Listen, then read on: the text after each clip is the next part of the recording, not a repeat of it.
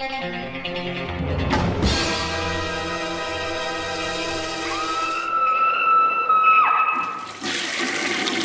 guys, what's up? It is week 233 if I'm not mistaken. And speaking of mistakes, let's start this out with corrections.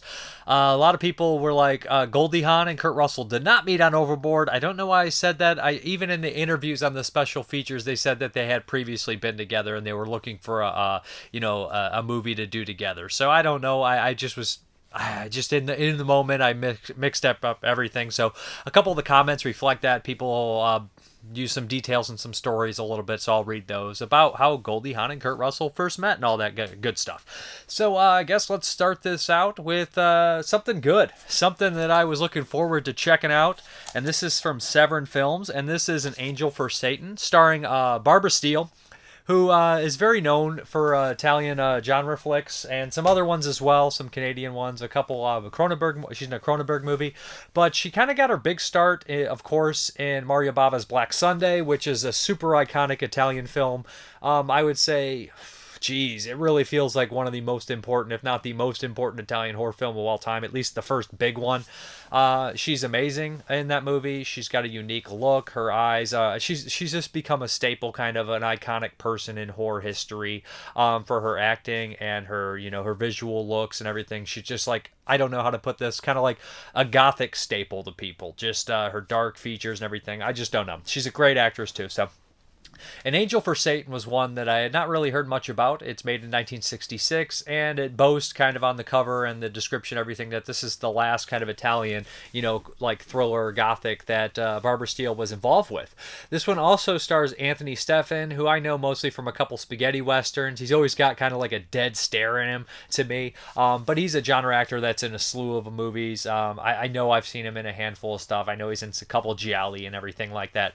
So An Angel for Satan, this is a black and white film, and first and foremost, I must say that it's beautiful looking. The cinematography is great, the lighting is great, and it fit into a lot of my check marks when it comes to these kind of Euro horror films. I was like, oh, it's got a lot of superstition, it's got a small town, it's got a curse, it's got like all these like this historical stuff in there. I was like, I love this so far. So what we have here is they kind of pull this sculpture this out of the water that was it had like a symbolic meaning in the town. It was a sculpture of one of the ancestors of this town, basically. So, and the sculpture looks identical to Barbara Steele. So she comes back in the town. She's basically coming in to inherit a bunch of stuff from her father. And the town, or the father, not the father, the kind of like the guy who handles all the account stuff. So we have that kind of gothic tale there. He's basically having Barbara Steele come in because she's going to inherit a bunch of stuff and she has to be there. She wants to get all her stuff. And he also wants the sculpture kind of fixed up. So they bring in Anthony Stephan, and he's going to fix up the sculpture and everything like that. Right away, you kind of learn that when they pulled this sculpture out, people somebody died during it. It was really kind of weird, and the townsfolk immediately think the whole thing is cursed. So therefore, they don't like Anthony Stephan. They don't like Barbara Steele in the town. Pretty soon, there's this connection between Steele and Stephan, and somewhat of a romance starts to occur. I love the small town superstition, especially there's a scene in the bar where the kind of the brute of the town, the big guy of the town, approaches Stefan, and there's this bar fight that's right out of a spaghetti western or a classic John Ford western. It's a lot of fun, but also it's not in the fun kind of vein as those movies. And as it progresses, you learn about what happened between the original players of the story, and obviously it's going to be a history of repeating itself, but there's much more that meets the eye.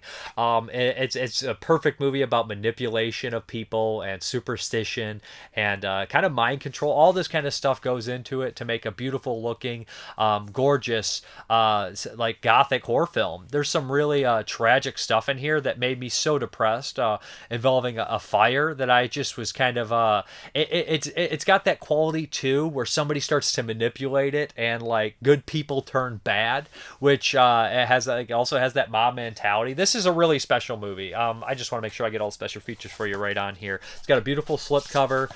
This one is totally up my alley if you guys haven't noticed that. But there's an audio commentary with actress Barbara Steele and David Duvall, who's really good at this kind of stuff. Another audio commentary with Kat Ellinger, author of Daughters of Darkness, who is made to do a commentary like this. She is perfect about this kind of stuff, and she's like a scholar on all these Euro kind of horror films. There's also a Devil Statue interview with actor Vasily Karas, Barbara and Her Furs, 1967 short film by Pierre Andrew, based on Venus and Furs, starring Barbara Steele, with optional partial commentary by Steele, trailer and extended trailer. If you've seen a lot of gothic Italian horror films and you haven't checked this one out, I recommend it highly. There was parts where I was actually getting teary-eyed during this stuff, just because it's such a tragedy in here, but it's also got a great twist that I did not see coming. And yeah, it's got a couple twists. It's kind of like one of those movies where you're watching, like, I can kind of see this crap coming, and it's not bad, but it's just a little, not telegraphed either. I don't want to use a negative connotation here, but you kind of guess where it's going. But a couple more things happen, and I was like, oh shit, I didn't really see that coming. But there is definitely a supernatural haunting quality about it as well. So, An Angel for Satan, check this one out. I don't think you guys will be disappointed if you're into the Italian Gothic at all. Okay, this next one here is from Film Detective, and they've been putting out some interesting stuff. They put The Giant from Unknown and a couple other movies, and this one is The Amazing Mr. X from 1948. And the first thing that I think most people will say about this movie, and I would definitely agree, is the cinematography. The cinematography, I feel like, is ahead of its time, or at least expertly done for its time. And I know there's lots of great black and white cinematography. But I caught myself being very surprised with how shadows were used, how fog was used. It really sets a wonderful, here I'm going to say, gothic feeling again. So this is a kind of more film noir for sure than the previous picture I was talking about. Definitely has that film noir style. What we have is this kind of charlatan and this amazing Mr. X, who is an occult person. He kind of acts like he does seances and speaks to the dead, and he's definitely like that charlatan kind of type deal to steal money and everything like that. So one day he does this seance, and he calls forth this woman's husband, but it turns out that there's kind of like a thing going on, which I don't want to necessarily spoil. I don't know how much of the description of this film ruins things, but it turns out not very good for him, and there's some plots and twists and turns, and there's some gaslighting and all that kind of stuff. But the real star of the film, like I said, is the amazing cinematography. It's very interesting, too, because there was a time in history where a lot of people were infatuated with the seances and the occult, and we had all these kind of people going around getting money on there, and then we had the debunkers, and the debunkers come in here and try to prove it all wrong. Harry Houdini was a famous debunker in this, and we had the sisters that made a lot of profit off that kind of stuff and people's superstitious beliefs, so like that plays into that too. So we have people trying to figure out if this guy's a complete fraud, and there's a bunch of people intertwined with everything like that, and there is obviously some stakes and everything. It's also shot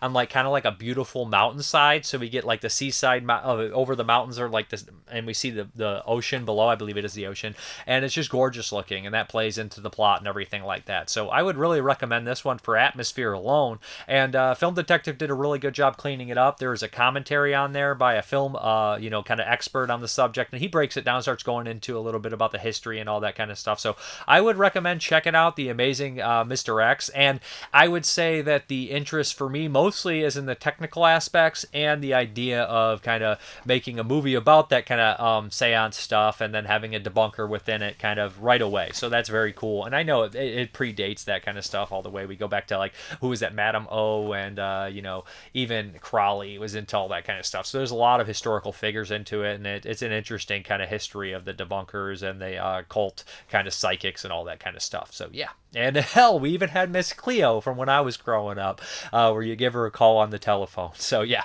anyways, The Amazing Mr. X, good stuff. Okay, this next one here I have actually covered before, and I know we're going to dive into it on the 22 Shots of Moods and Horror for the Halloween episode as well, which I have no problem with, because I actually really dig this movie, and this one is called Haunt, which came out, I believe, 2019 was when it was made, and so I really didn't know what to exactly expect out of this one. It was a slasher, more like, the modern slashers, they can be really hit and miss with me. It takes place on Halloween, which is also something I absolutely adore, but you never know necessarily what you're going to get when a movie takes place on Haunt.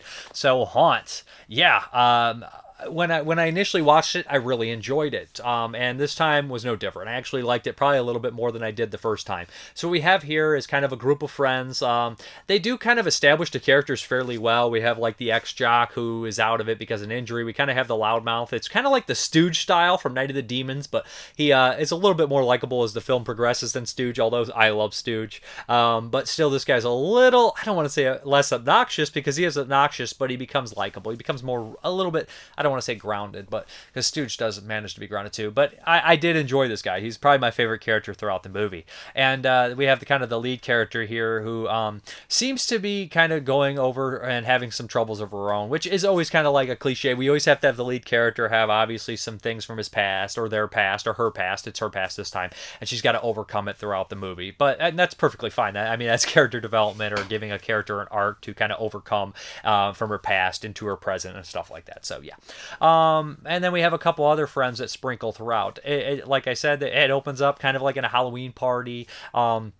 And we have the element of them kind of like trying to find something to do. And they decide to go to this extreme haunt that's kind of isolated. And right when they get there, it just seems off completely. And watching a movie, you know it's going to be freaking off. So what happens is all the characters, all the people in this haunt are in costumes. They end up having to separate and they have to leave their cell phones. So right away, there's a lot of red flags. And pretty soon when they get in the haunt, after about 15-20 minutes of real good suspense and leading it up, and it feels like a genuine haunt, but sometimes they're just a little bit more extreme. Somebody gets pretty bad injury, and we kind of realize that not everything is up to snuff, right? So another aspect I really liked about this movie is that all the characters in the haunt, they all wear masks, and underneath their mask they have this face that is kind of alternative kind of body modification style, and they all kind of reflect their mask that they have. And I know that the director and filmmakers mentioned they were going for like kind of that mask underneath and all that kind of stuff, and that character, like everybody kind of wears a mask and stuff, so it has like that interesting element. And I thought the baddies were well done. I mean, there's we have the clown, the ghost, the devil, the witch, and there's a couple other ones too. Some the zombie are kind of the main baddies in this one, and I really got to give it up for some of the performances in here, especially the clown, because when you watch the special features, like I honestly was watching this movie, I was like, oh, the clown's going to be some old timer kind of crazy character actor, and then you watch the special features, you're like, oh shit, man, it's just like a young, normal-looking guy, and he's very jovial and seems super grateful and friendly to be in the movie. And he did a very good performance, something that was really special to me. Same thing with the ghost. Like I didn't know what to expect of the ghost because he has so much makeup when the mask comes off. But yeah, he seemed a genuinely nice, normal guy. And I also will say this about it: it did kind of manage to capture the Halloween feel really well. I think this was shot in Kentucky, but a lot of the people I think grew up in Illinois, that kind of area, maybe even Chicago. So I'm from Ohio and kind of the Midwest area, and a little bit over. Like me and Jeremy talk later about Halloween, kind of the movies, how like it does feel kind of like the heart of Halloween in a lot of these places. Where if it's filmed in like California or something, it's really hard to capture the fall feeling. I think Haunt does it fairly well, and I was very impressed with how it turned out. I think that it looks good too. I think it's well shot, well acted. The music is good. It's gory. It's violent. There's a high kill count. I liked the characters. Really, as a driving force in a slasher film, I liked the characters, and I didn't really roll my eyes at anything. My only hit is maybe there's a couple off-screen kills, or maybe some of my characters I really like died when I didn't want them to die, but that's not really a hit on the movie. That's a choice when they died, and sometimes it's just the way it's got to be done. But yeah, this one has some features as well, and I dropped it because I am a moron, so you'll see me dive out of frame unprofessionally. Yeah. Nothing can ever go right, so I just want to make sure I get all the features because it's loaded. This is a Ronin Flicks release, so new audio commentary with actors Justin Mark X, the Clown, Cheney Morrow, the Ghost, and Damian Maffetti, Devil. New The Making of Haunt, featuring interviews with writers, directors Scott Beck and Brian Woods, actors Katie Stevens, Andrew Cowell, Lauren Elisa McLean, with Will Britton, Scholar Hetfield, Justin Marx, Channing Morrow, special effects makeup artist Chris Bridges, and co-composer Andy Milburn. So yeah, and there's also another commentary with writers and directors: Behind the Haunt, The Sound of Haunt, deleted scenes, popcorn frights, Q&A, short film The Sleepover, introduction with the filmmakers, theatrical trailer. So you got a lot to look forward to on here. I really like the making of with all the people, and like it seemed like a great set. Like they were all like, yeah, I wish we weren't leaving. I loved being on the set. I loved everything about it, and it kind of shows. I really like this one. I could see me popping this in around Halloween too. And I know a lot of people, I remember we're bringing up there's a plot hole at the end of the movie, like involving addresses, but don't you remember that they filled out the paperwork? That's all I'm going to say. So there you go. Entertaining movie, and they didn't necessarily leave it too much up for a sequel. I know a lot of people, everything's got to be a franchise. Everything's got to save all the characters. Don't let anything happen too dramatically to the characters. And in Haunt, it's like, hey, it is what it is. Kill some people, and I appreciate that. So, I really dig this one. Check out Haunt from Ronin Flicks. I know there was a big deluxe edition too if you're a super fan. So yeah. Okay, this next one also we're going to cover on 22 Shots, so I'm going to be super brief with it. I just have not watched this in 125 years. This is Hell Night. I had to double check the year. I knew it was 80, 81. This is 1981. This stars Linda Blair, of course, of Exorcist fame, and a slew of million tons, Savage Streets, tons of other movies. It also has Tim Van Patten from one of my favorites, the class of 1984, and, some other people that I'm not too familiar with. It's directed by Tom Simone or something like that. He directed Reform Schoolgirls and some porno films and some other movies, Chatterbox, a name that I'm vaguely familiar with. I believe I've seen Reform Schoolgirls, but it's been years. So Hell Night, the first time I think I watched Hell Night was probably when the DVD was released from Anchor Bay 15, 16 years ago, and I don't think I had watched it since. So rewatching it, they can go either way. Slasher movies from the 80s I usually am fine with. I don't have too many complaints about it, and Hell Night is no different. So what we have here is your typical kind of sorority pledge, for fraternity pledge deal, which is kind of a staple in a lot of these 80s movies. Think Night of the Creeps, they do it. Revenge of the Nerds, they have to do it.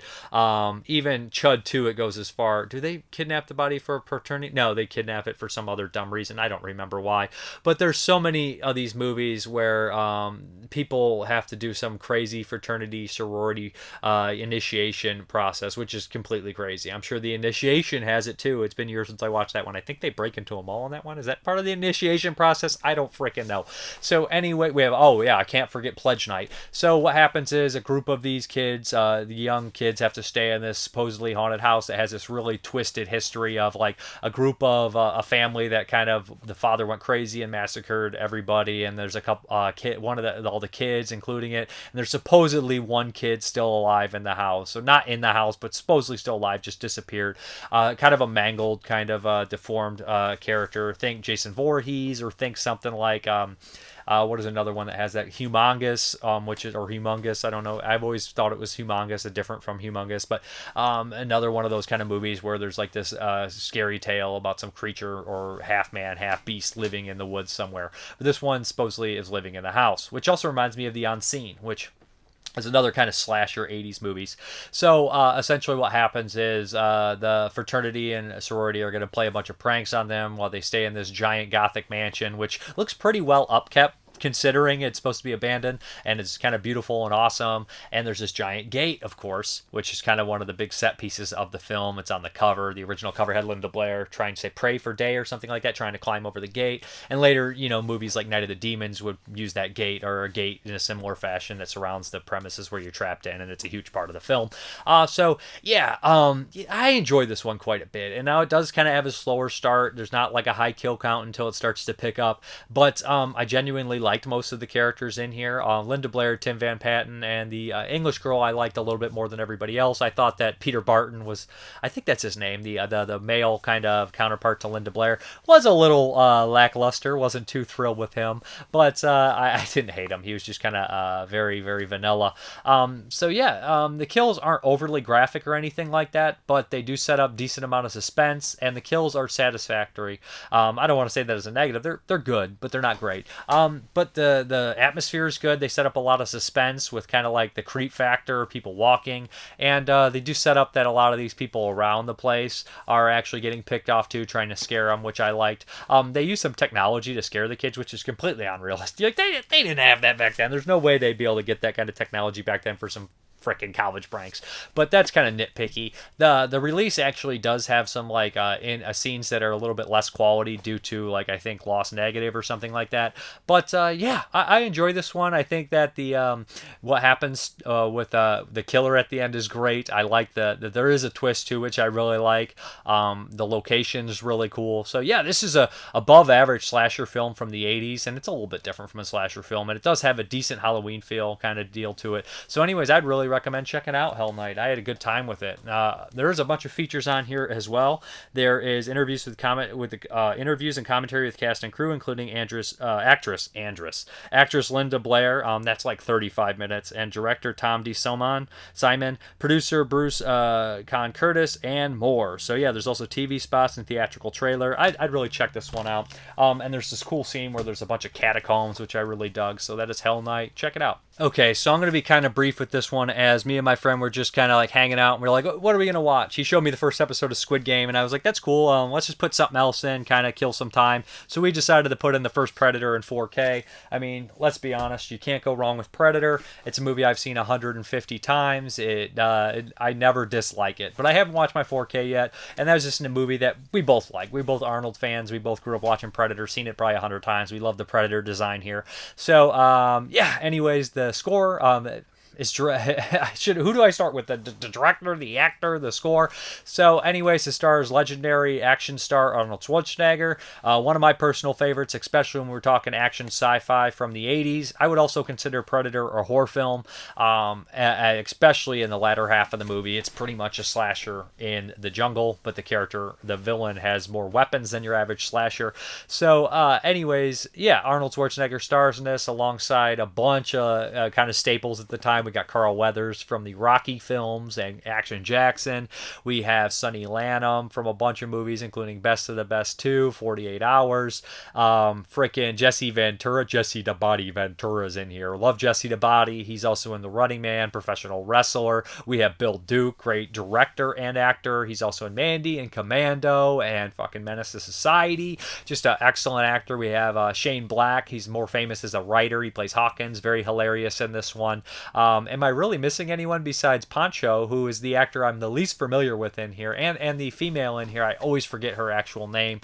I know she pops up in a couple more movies too. I always forget her and Pancho. So I think I got like the bulk of it. R.G. Armstrong has a nice little role in the very beginning here. Seth Thorsen makes an appearance. So essentially, this is directed by John McTiernan, who did Die Hard, which is obviously a classic action movie as well. He also would go on to do Last Action Hero, if I'm not mistaken, which is a very fun Arnold movie, kind of underappreciated.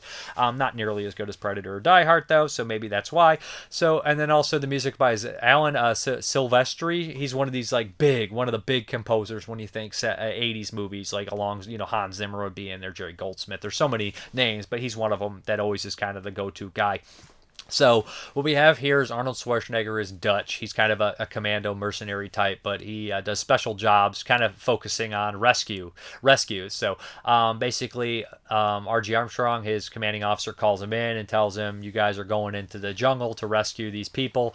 Carl Weathers is a CIA operative who used to be friends with Arnold. You son of a bitch. Everybody remembers the world-famous handshake that they have in that film. It's been memed to death. So they're old friends, but Arnold works alone, but they're going to go anyways. So the seven of them, Arnold, his 5 guys, and Carl Weathers are going to go on this rescue mission kind of deal. And what we have in the very beginning in the helicopter, everybody's going there. We have this over-the-top machismo, masculinity stuff. A lot of improper dialogue, but just a lot of larger-than-life characters too. Of course, Jesse Ventura's got a lot of famous lines that I won't repeat right now.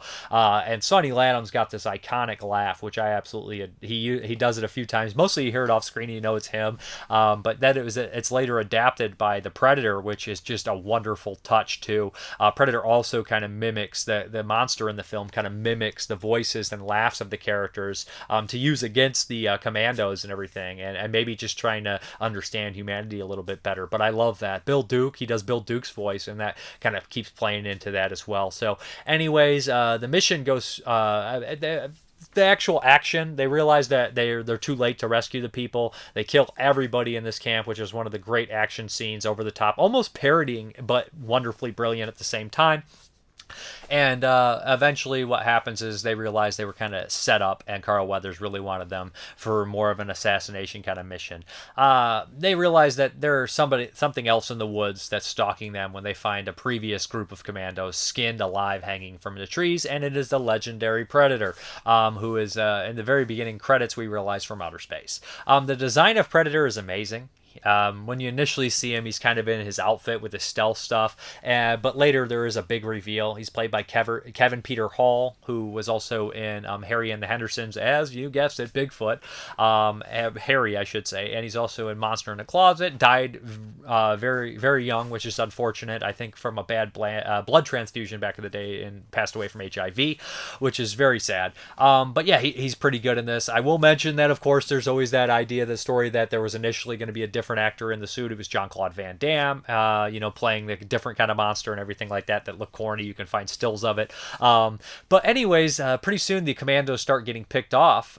They end up finding a young woman who seems to know more than she leads on. They take her prisoner, and the commandos start getting picked off here and there until it's just Arnold left alone to face against a predator.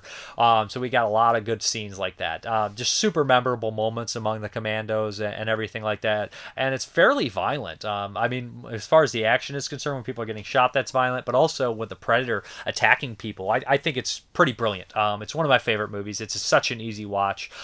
It would spawn a bunch of sequels and then some crossovers with Alien vs. Predator.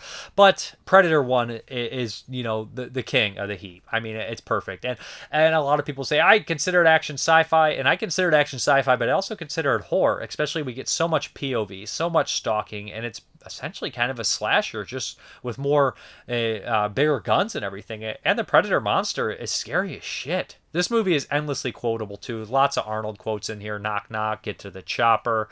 You cracked up some bullshit story and dropped the six of us in the big grinder.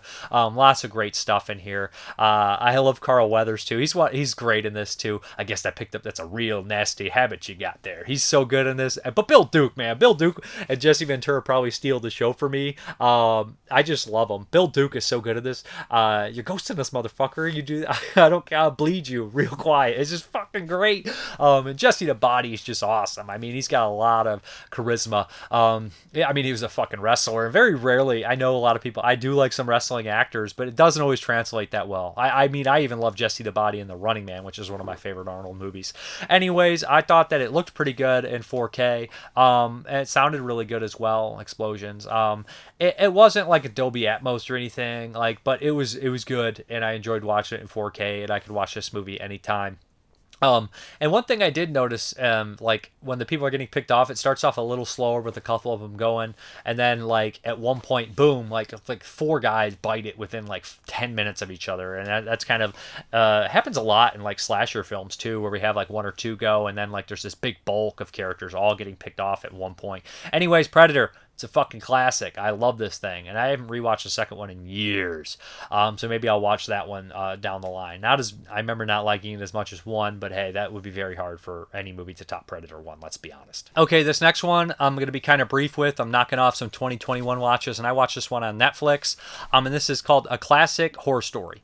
And this is an Italian flick, and right away I noticed the production values were way higher than a lot of the Italian flicks I've been seeing lately, so I was like, oh, that's nice, and I think Netflix produced this one, so it's nice to see Netflix giving some money to Italian filmmakers, because a lot of what they're doing now is television, and after the late 90s, there really wasn't anything coming out of Italy unless it was super low budget stuff. We did get that Last House in the Woods or something like that, probably in 2006, which I thought was alright. It's been years.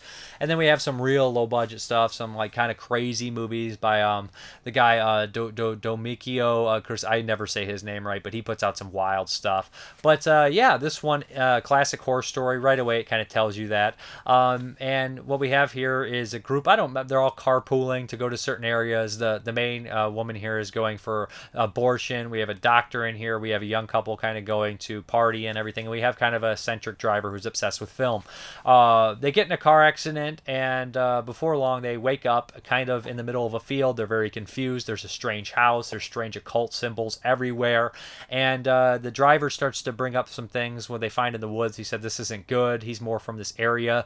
And before long, there is a group of figures, almost like a cult, in these strange masks coming to pick them off and kill them in graphic detail. And you think, yeah, classic horror story, kind of typical here, kind of Texas Chainsaw. But as it goes on, there's a couple twists, and the twists are a little bit more interesting than one would guess. And they're bizarre. They're different, but we've seen stuff like it before, and if I use any more references of films like it, I will completely spoil it, so I won't do that. As far as it's concerned, I would say check out A Classic Horror Story. I thought it was pretty unique, pretty different, also very familiar at the same time, which I mean is a compliment, you know. The special effects are solid, the imagery is good, and the twists are different enough to keep you interested. So anyways, A Classic Horror Story. I ended up liking it. I dug it. It's pretty cool stuff. Check it out on Netflix. Okay, this next one is on Shudder, but I do have the Blu-ray as well, and this is Violation. So, yeah. And this is another 2021. It counts as 2021 movie. I believe it's English. I'm not 100% sure. The main star in here is an English actress. So this is not told in chronological order. The structure is a little bit different, but I think that adds some unique elements to it, and I kind of dug that. So, like I was saying that, the story doesn't unfold perfectly in the structural sense, but it is kind of a rape revenge picture. But I gotta give this movie mass props for not handling the rape revenge as a typical rape revenge movie. I know that Revenge kind of handled it a little bit differently than a lot of the other movies, and I would say Violation handles it a little bit differently as well. There's a sister kind of visiting her, these two sisters kind of meeting up, and one of the sisters is married to this guy, and the other sister and this guy had went to high school together, so they know each other. The main character's having troubles with her boyfriend and everything like that, and he's tagged along for the ride. There's obviously some sort of political divide between the two couples. They don't kind of match up or everything, so there's a lot of turmoil there. And it's very hard to talk about this without completely spoiling everything about the movie. But the movie holds shots for a very long time.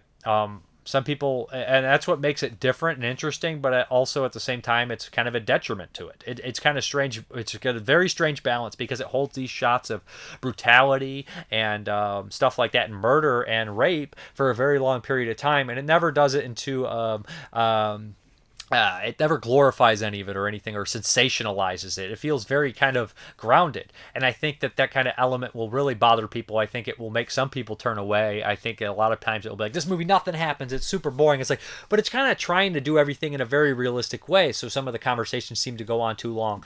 I love that there's air. They give the actors air to perform. When there's an argument between two of the characters that's really messed up, which reminded me kind of an argument from MFA, which was another kind of rape revenge movie that came out a few years ago starring Clint Eastwood's daughter, which is a good movie, I thought. And the argument is just long and it's awkward and it's realistic, and I felt uncomfortable as hell during it. And I was just like, but I also felt myself getting angry about it in her shoes, like getting angry at the characters. And it also does a thing about this character here where, see, it's a movie that I don't absolutely love, but when I go back to talk about it, there's lots of interesting things to talk about, which is a positive about the movie in general, which makes it interesting, which makes it maybe needs a revisit. Maybe it's something that a lot of people could come back to in 10 years and be like, you know what, that was done a little bit different than a lot of the other movies I saw like it. And another thing I noticed is the main character is a victim, and you have sympathy for her, but she's not a great person either. In fact, a lot of these people are all in the gray here. One of them I would say is outwardly bad, but the other three main characters are in the gray. It's just also portrays rape as not, again, I will always use this as an example. I love David Hess. He's one of my favorite actors of all time. And his performances in his kind of rape revenge trilogy or rapey movies that he did, the three of them in the 70s, the last one being like 80, so in little, House on the Edge of the Park, are three of the best performances in that kind of subgenre. But not every rapist is a drooling maniac with a straight razor. And Violation shows you that. It shows it kind of a little bit more grounded or different. It shows you it differently. And I think it's interesting. I think it's worth checking out if people have seen a lot of rape revenge subgenres and they're kind of interested in seeing it handled a little bit differently. So I felt it was interesting enough to warrant a recommend. So Violation, it's different. Okay, so get your pervert card out. I can't believe that I'm going to follow up Violation, which handles the rape subject, kind of in a different, unique way and makes you uncomfortable and feels like genuinely like saying something. And I'm going to follow that up with my pervert card pick in the 1993 movie Rapeman. Yeah, Rapeman is a Japanese movie based off a manga series. There was how many direct sequels? There was 7 Rapeman movies, and then there was 2 spin-offs with period pieces, Rapeman and Edo. And then, of course, there was a cartoon television series, which I think lasted 2 episodes. And this is a manga as well. So like I said, all this is a manga. So why in the world is there 10 things of Rapeman you can watch? This is insane. This just goes to show you how crazy Japan is. Now, it's an exploitation film. It's not really a horror film or anything like that. And it's listed on Internet Movie Database as a crime comedy. Because nothing's funnier than rape, right? Seriously, so fucking inappropriate. But hey, I'm not mad at that. I'm not one to be like, I hate this. This should be banned. Maybe it's not fit for all human consumption. Maybe not. I wouldn't disagree with that, but I tend to be focused in the crazy, weird cinema, and half the time I think, I can't believe this exists, but I'm going to watch it. And I'm probably not going to hate it like everybody else just based on what it's about. So, here we go. I've always heard a rumor that the lead actor here, after a certain amount of these Rapeman movies, committed suicide. Now, I don't know if that's true. I should look into it probably, but rather unfortunate. I mean, the only other character or the actor I could think of that committed suicide and it's kind of tied directly to their performances. There was that rumor that was Slaughter High that guy did in the lead, but he killed himself before I think the movie was even released, so that's not the case. Was the guy in the monster suit, Octoman? In Octoman, I doubt he killed himself because Octoman, but I believe he committed suicide as well. So it's very strange that Rapeman and Octoman both committed suicide? ? Those are the rumors, right? Not the facts. So I don't even want to get into this plot. So we live in a world where we have an organization, like a private eye kind of place where you go in, you talk to this older man, and you plead your case and say, well, I knew this person and they're awful and they treated me poorly or they did this wrong thing. And the person will say, well, you know what, we're going to take on your case, you pay your money, and they send out a masked character in a similar fashion as Batman, and he goes and he rapes the women to teach him a lesson, because there's nothing more justable or justified than rape, right? Rape equal justice? It's complete. This movie seems like it's like an incel's wet dream, right? At a point. But this is done in like a comedic way. You could tell the movie's not being like, this is how life is, and this is how life should be, and this is what I believe. But at the same time, you're like, this is completely fucking inappropriate, and this is pretty much made for perverts, but oh fucking well. That's why I got my pervert card to watch this one. This is an invisible pervert card that I haven't made yet, but just assume it's there, like a get out of jail free card. So anyways, the plot of this is surprisingly different, completely inappropriate, right? We have scenes of Rapeman kind of like teaching in quotations these women a lesson and everything like that, and by the end of it they seem to like it. Completely wrong. So he is hired to carry out this rape of a secretary of this politician's wife and everything like that, and while he's doing it, a bunch of pictures are taken of him, and he starts to think that something's wrong. Him and his boss start to look into it, and they kind of realize that they've been set up, and those pictures are being used in some sort of political conflict where somebody's going to be ran out of office. So there's also a journalist that gets involved and ends up helping out Rapeman and his boss, and all three of them are kind of running there to try to figure out all this political stuff. So the only thing more crooked and disgusting than Rapeman is a politician, and that one I can probably get behind, right?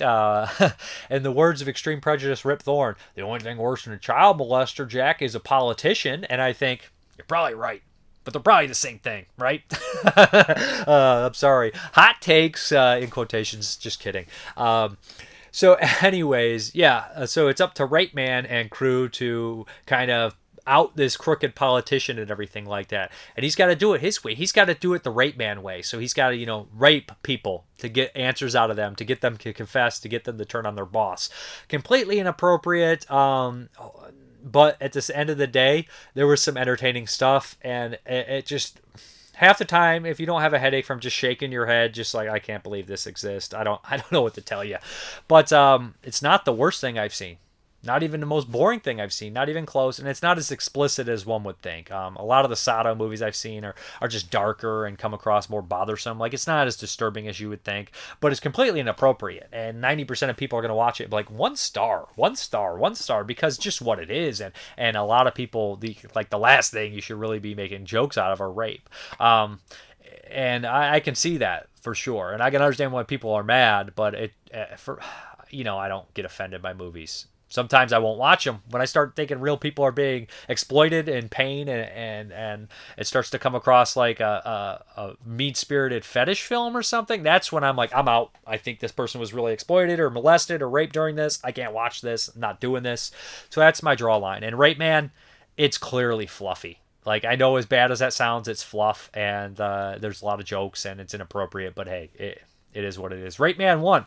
Look for Rapeman 2, 3, 4, 5, 6, 7. Rapeman of Edo 1 and 2. I might watch them if I could find subtitles for these nonsensical, disgusting things. But hey, it is what it is. Rapeman's going to be back, whether I like it or not. Okay, so this next one here was a Patreon pick, and my friend Dan the cameraman said, here, pick one of these movies that features McDonald's. And I looked on the list, and I was like, I've seen some of these. I wasn't going to go with the obvious choice like he thought I was, like Mac-A-Me, where we have that Danzig McDonald's scene, which I haven't seen since 1989. But I went for something that I had sitting on the shelf that I haven't popped in. I must say that I don't register or remember the McDonald's scene in the movie, so maybe the list lied. But that's on you, Dan. That's on you. I can't remember the McDonald's scene. But this is Killer Condom, released from Troma, and this is a Belgium or a French film, if I'm not mistaken. I can't 100% remember. I guess you're wondering why it's sealed. I watched it online, and I went to open it, and I was like, I have a lot of online copies of movies I own, and I went to watch it, and I was like, oh, it's sealed, and it's worth a lot of money. So I left it sealed like a dumbass, like I'm going to sell it, which I'm not. I'm dumb like this. I'm very dumb like this. So The Killer Condom, what was your 1996. It takes place in New York City, but it's a foreign movie, which is question marking. Weird. I don't understand, but it's fun. Okay.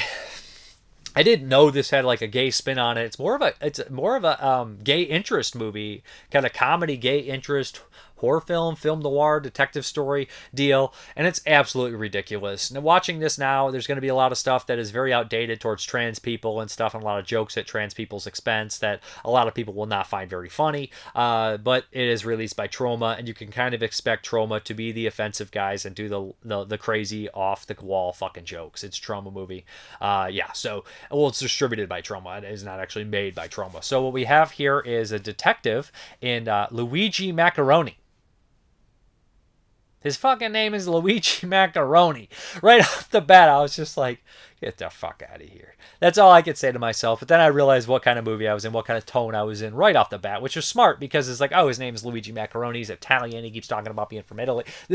I know what we're getting into. I know exactly the tone and the goofiness. He is a homosexual detective.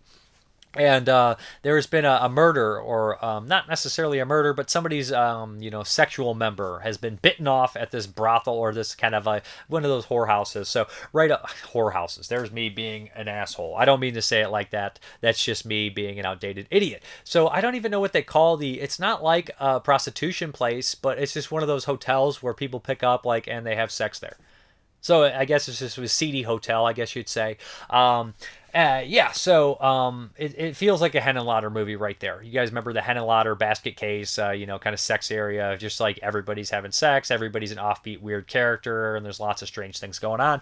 Luigi Spaghetti shows up here, and right off the bat, a young male hustler catches his attention. He's definitely interested in him, and but also an ex-fling catches his attention, who's a trans person, who's like this big kind of beefy ex-cop, but now they're trans and they're interested and will not leave Luigi Spaghetti alone, completely obsessed with him. So Luigi Spaghetti goes up to go with the male hustler, and the killer condom, the title suggests, that bit off the previous person's private parts is actually in the room and attacks Luigi Spaghetti. Luckily, only his testicle is eaten off, but he makes it his life mission to try to figure out where are these killer condoms going, what's causing it, all this kind of stuff. So we have kind of this storyline where he's trying to stop the killer condom, and lots of weird zany characters are involved, and it all leads to this strange place, and has this crazy bend to it that I don't want to give away, and this crazy reveal of nonsense. But there's multiple killer condoms, there's multiple insanity, and it even makes fun of politicians to a certain extent. And kind of like Rapeman. But yeah, so the killer condom, at the very end of everything, as offensive and crazy and goofy and silly as it was, there is a good message behind it, and Luigi Spaghetti gives the baddie their kind of just desserts and everything. It has some fun special effects. It's funny because Jörg Buckarett did the effects, and I was like, that's a little over the top. And H.G. Geiger was involved with it. I was like, talk about overkill, getting Jörg Buckarett and H.G. Geiger involved in a movie called Killer Condom, distributed by Troma. I was like, this is some overkill in here, but it definitely contributed to the quality of the movie because it is a fun movie. It is an entertaining movie. It's got lots of weird, zany things going on in it, and at the end of the day, I really enjoyed it. It's not as sexually explicit as one would think. There's not full frontal nudity or anything. I think you see some male butts and stuff, but it's not like overly explicitly sexual. It's overly explicitly sexual, but it's not a lot of actual nudity in the film. I enjoyed it. I thought it was pretty funny. I thought it was zany, and it is a little longer, an hour and 40 something minutes, but throughout the entire movie I was just completely captivated. I was completely captivated by the Killer Condom. What can I say? I'm a weird guy. Anyways, enjoyable, weird ass movie that I would it's a little creature flick too, right? They're little killer condoms and they just run around on the ground scurrying and everything, and there's some fun effects in that. So yeah, check it out. Okay, so if anybody has been watching the 22 Shots, they must realize that we drew, listening to 22 Shots Comeback 1970, the number that we drew the next year was 1994. So not the year that I absolutely wanted or anything, but there's a lot of interesting movies from 1994. And this isn't the first one I watched, it's actually the fourth, but I'm doing it first because I find it the most interesting. And this is another one of these dumb things where I have the movie sealed, and I have it online, and I didn't register. I was going to go open this bad boy up, but I can't find it anywhere to buy. And this is the Erotic Grotesque Collection. It has 3 movies on here, but the one I'm going to talk about is Love Minus Zero Equal Infinity. And it's by Hisayasu Sato, who you guys notice I cover a lot because there's nothing quite like his movies. They are completely different, and for some reason they drag me in. They have voyeurism. They have a guerrilla style. They feel like fetishes, like stuff, a lot of fetish stuff that I'm not interested in partaking in these fetishes, but I most certainly am interested in watching the psychology of the characters who are performing these fetishes in these movies. Maybe a little bit of voyeurism on my part in doing that in the film, but there's a lot of voyeurist aspects about the movie too, and there's always like private eyes and always weird technology involved and psychological stuff in the characters that I just find endlessly fascinating. This one from 1994 looks similar to a lot of his other movies. It even has the same old roof that pops up in tons of his movies. It has a short runtime too, which fits perfect with my ADHD. It has a lot of big ideas and a lot of strange concepts and a lot of question marks that make me think when I walk away and I'm like, exactly what happened there. So we have this very kind of odd loner character who is this hobby. He's interested in UFOs, but he's also interested in kind of following strange people. And one of the characters he does follow ends up having pretty much the quote of the movie. Not the quote of the movie, because there's a lot of great quotes, but the idea of the entire movie. There's a lot of weird people in Japan. And I sit there and I think, yeah, if they're anything like a Sato movie, he sure is right. There's a lot of weird people anywhere, but let's be honest. Everybody's weird in their own way. Some people are better at hiding it. Some people just watch Sato movies when they're weird, like me. So, anyways, this Love Minus Zero Equal Infinity. The character is this weird thing about following people and just kind of studying them. He tells you who he is right in the narration. He's lost a he's kind of moved on from his job. He's lost a lover, and he's not healthy. We kind of realize this when he's collapsing and through all these kind of ideas and everything like that. So he's hanging out with these 2 young people who seem to be very chaotic, very different, and just not very safe, let's say. And he's following around this woman who's in these dark shades, this dark coat, and there's also a serial killer going around, should I mention, and you got to know it's got to be one of the main players in the film, right? Or what are we even doing here? Maybe it's not, maybe it is. But so one day a doctor approaches him and says, I noticed you've been following this woman. I'd like to hire you to follow her. She was my wife, and she was in an experiment, and she's been different ever since, and I know that you're intrigued by her. I actually, when you collapsed earlier in the street, I was the one who took you in and helped you, and I noticed who you were, and I kind of noticed that you were involved with my wife in a certain extent. So he starts to follow her, and there's a bond between them. And also the strange young kids are following him, and it just becomes really weird. And then we start to get ideas of, murder and vampirism and sickness and all sorts of crazy stuff in here. It feels very 90s in some of the themes and stuff. And I know we had a lot of these kind of weird offshoot vampire movies, kind of like question mark, are they vampire stuff? And like, or like maybe artsy vampire movies like Habit, which I've not seen, but also The Addiction by Abel Ferreira, which is a cool movie. But this one is different, and it has a lot of sex. Of course, it has the sex that we see in all his movies. A lot of these kind of steamy, petroleum jellied sex scenes among characters and everything like that. Mostly straight stuff, and then we have some lesbian stuff in here as well. But it's just really interesting and really tragic, and I felt that it was very sad and very kind of grimy in certain places as well. I love this movie. I thought it was really interesting and really great and short and straight to the point. Not straight to the point at all, but it got everything it needed to say out, and I left the film thinking a lot and questioning a lot and wondering exactly how things unfolded, and it's just a strange movie. And there's definitely something supernatural or scientifically supernatural, if that makes any sense.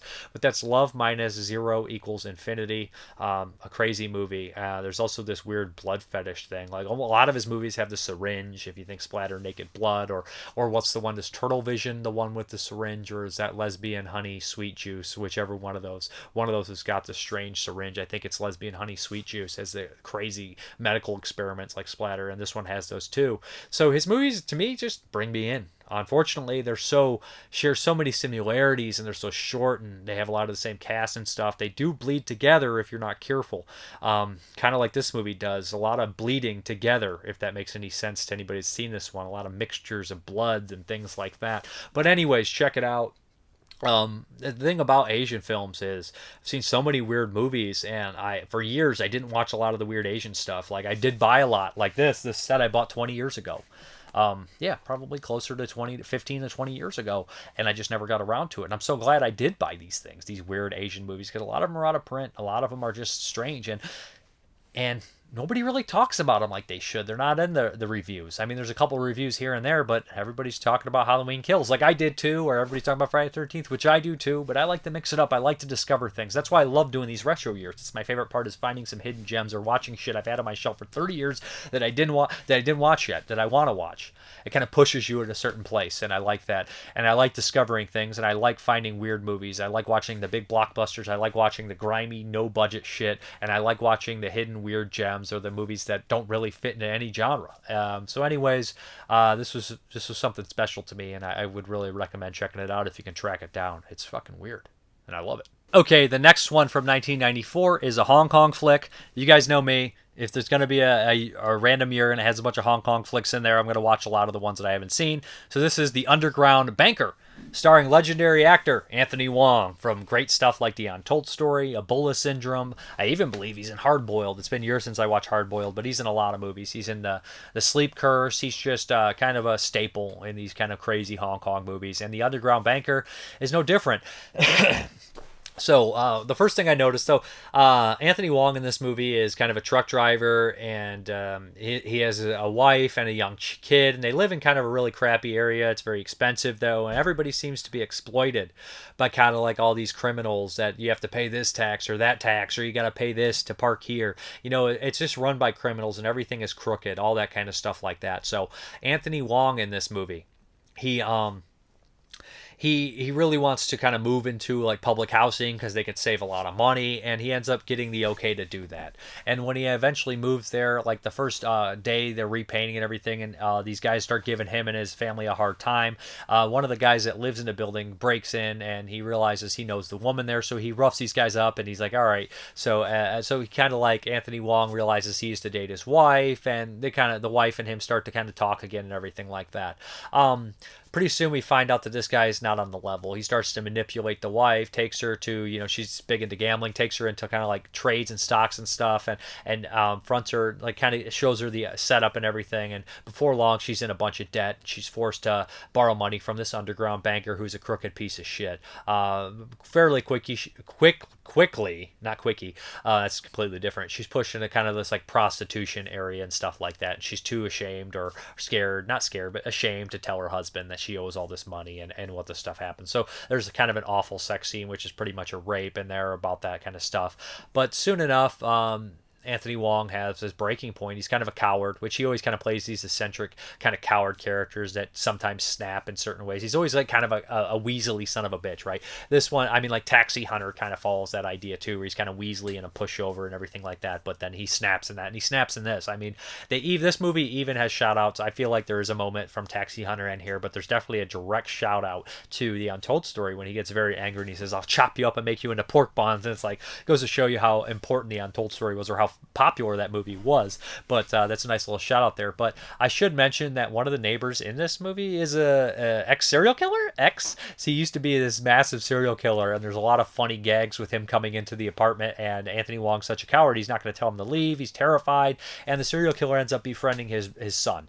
But this is the movie where everybody's so fucked up. The serial killer is the person that's most on the level, which is absolutely hilarious, even though his apartment is riddled with crazy lighting and all these kind of weapons that are obviously, he wants to use, but he's kind of reformed. There's also a crazy Buddhist monk going throughout the apartment and everything like that, and he's even shady, kind of collecting money. He doesn't need to be collecting all that kind of shit. So eventually Wong has this breaking point, and these guys do something so horrible that made me want to throw up. I know like a lot of this is over the top and goofy and kind of so nonsensical it becomes a little silly at points, and maybe even partially done for comedy. Almost every Hong Kong movie has this element of comedy in it, especially in the 90s. But this moment where his family is attacked, and I don't want to say exactly what happens, but they show the aftermath, and one of the characters has been hurt very bad. And although the effects aren't great, the character and everybody just breaking down and crying around the hospital bed made me kind of really sad and upset. And I was just like, get revenge. And of course, it's up to Anthony Wong, his sister, and the serial killer to get some revenge on some baddies. So there's some violence and some fighting and everything like that. I enjoyed this one. I thought it was really cool. I love Anthony Wong, love his performances, love the over-the-topness. Of course, this movie's sleazy as hell. The bad guy in this movie is a son of a bitch. The underground banker is a bastard. I hate him. The serial killer is really great, really entertaining. This is a pretty fun movie. This is a pretty nuts movie, and I don't want to say it's fun because there's a lot of horrific violence and stuff in there.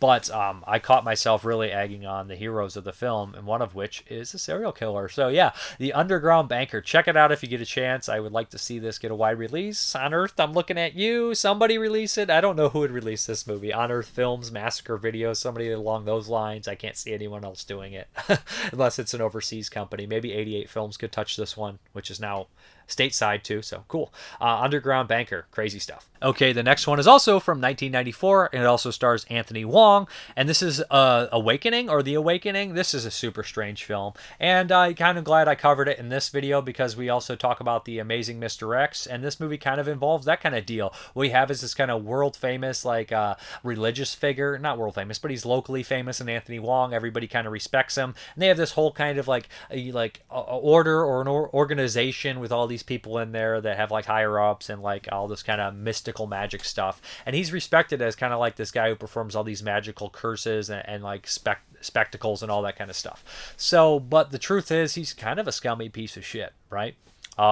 He doesn't treat his wife right or his family. He's regularly cheating on his wife.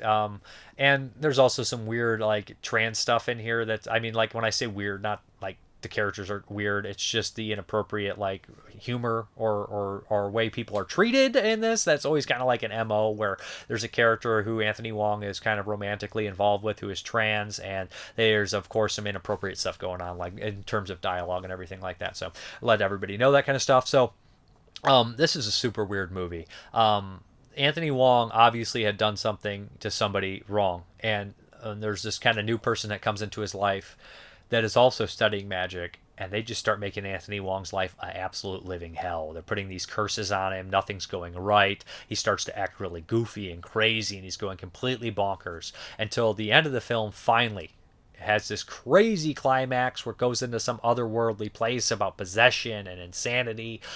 It's a super weird movie. There's some sleazy bits with sex and everything like that. Overall, I enjoyed it. I thought it was kind of crazy and different and weird. I did prefer The Underground Banker a little bit more, but at the end of the day, I thought this was just a weird kind of crazy movie too that implemented some of that crazy weird kind of ghost stuff and curse stuff. But what I really also liked about it was Wong's performance, because he plays that kind of he gets to be like a little bit more comedic in this one, where there's a time when he's like completely taken over and he's acting like kind of like a young bubbly woman, which is kind of strange, but also he kind of plays that cowardly character that's got to kind of confront and come across it all and everything like that. There's like a lot of similarities in his characters in a lot of movies and everything like that. He's either like a vicious monster or that kind of guy who's pushed too far, that's kind of goofy coward that comes through and at the very end or something like that. So the Awakening, I don't remember if there's a the in front of it or not, but entertaining, weird, strange film. Definitely has like these horror elements, and there is a reveal at the end while we realize this guy is after Wong and all that kind of stuff too. So yeah.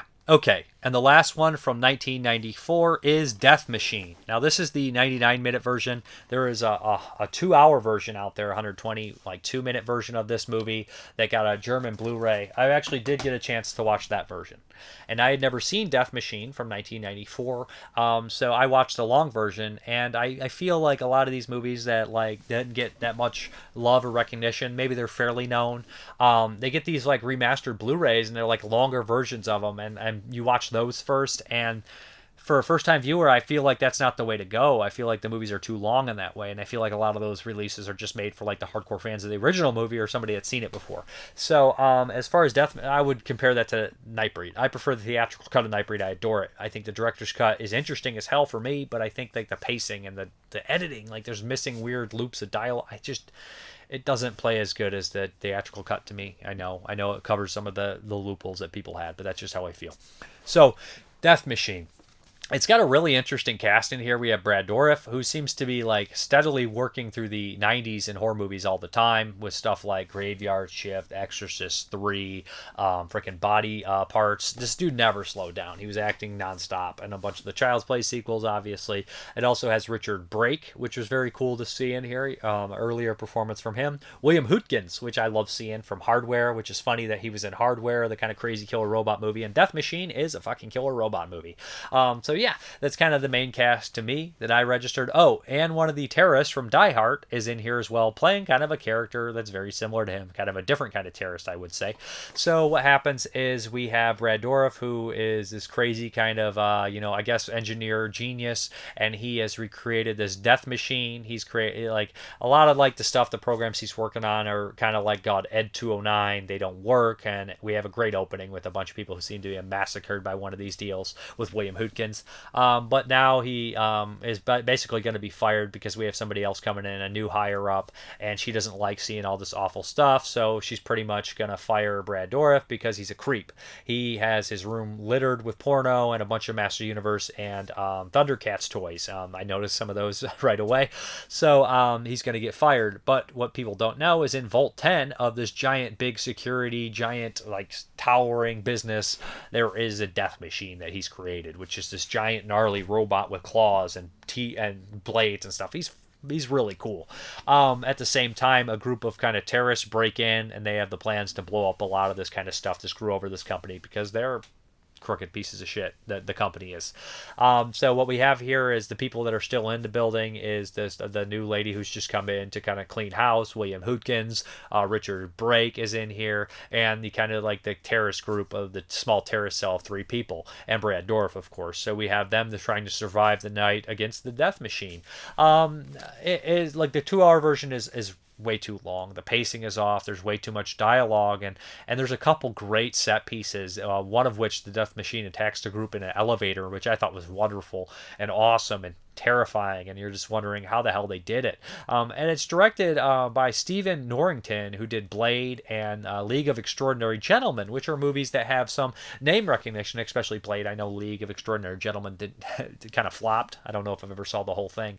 So like it does kind of feel a little bit like Blade in the editing and things like that, the kind of action, and I feel like this one comes across more as an action movie, and like I expected some more gore. I expected something gnarly because we have this 2-hour version, and it's like kind of lost maybe supposedly, but really I just didn't notice that much violence in the film, and I think they could have went further with the death machine. I think he could have done more. I think he could have tore some shit up. When you have a monster that is all teeth and blades and you only have one really or two grotesque deaths, it's just like, okay.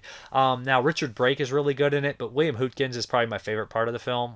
You guys know him. If you don't know him from Hardware, he's also Jet Porkins from Star Wars. I can hold it. I can hold it. Me and my cousin always thought that was very funny as 8-year-old kids watching Jet Porkins say he can hold it, he can't hold it, and then like a blast of flames come up behind him and it looks like he farted himself to death, like, or farted and exploded his entire TIE pilot or whatever the hell, rebel pilot ship or whatever the hell they call him. We thought that was hilarious. He's also in Batman.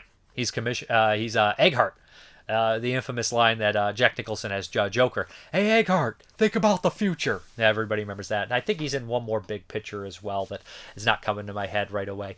But yeah, he's good in this. He's solid in it. He's very angry and he has some good lines. Richard Brake is always that sleaze. He's so sleazy, even if he's a corporate sleaze like this, or he's the sleazy guy in Halloween 2 or 31. It's just, the guy's perfect at being a sleaze. And I bet he's a real nice guy. He's even a sleaze in fucking Doom. He's always a sleaze. And it's funny, when we did 2005, freaking Richard Brake was in that one. So it's just funny that Richard Brake always pops up. Constant working character actor, always good stuff. Brad Dourif's performance is really strange. He's a great actor. I always think he's top notch. No complaints about Brad Dourif. But his performance is just weird and off the wall in this, and just, I would say, very energetic, and I'm not sure how I feel about it. As far as the main kind of like terrorist guys, I just didn't think they did very much for me. I didn't think their performances was that top notch or that entertaining, and the lead's kind of bland. All three of the people that you spend the most time with, they're kind of fucking bland, and that's kind of a hit on it too. But anyways, I thought it was okay. I think it's worth watching, and then next time I watch this, it's going to be the hour and 40-minute version. I think that would genuinely help it, because something like this, a siege movie, kind of being trapped in a building with a killer robot, it needs to be short. It needs to be breakneck speed. It needs to get right to the point.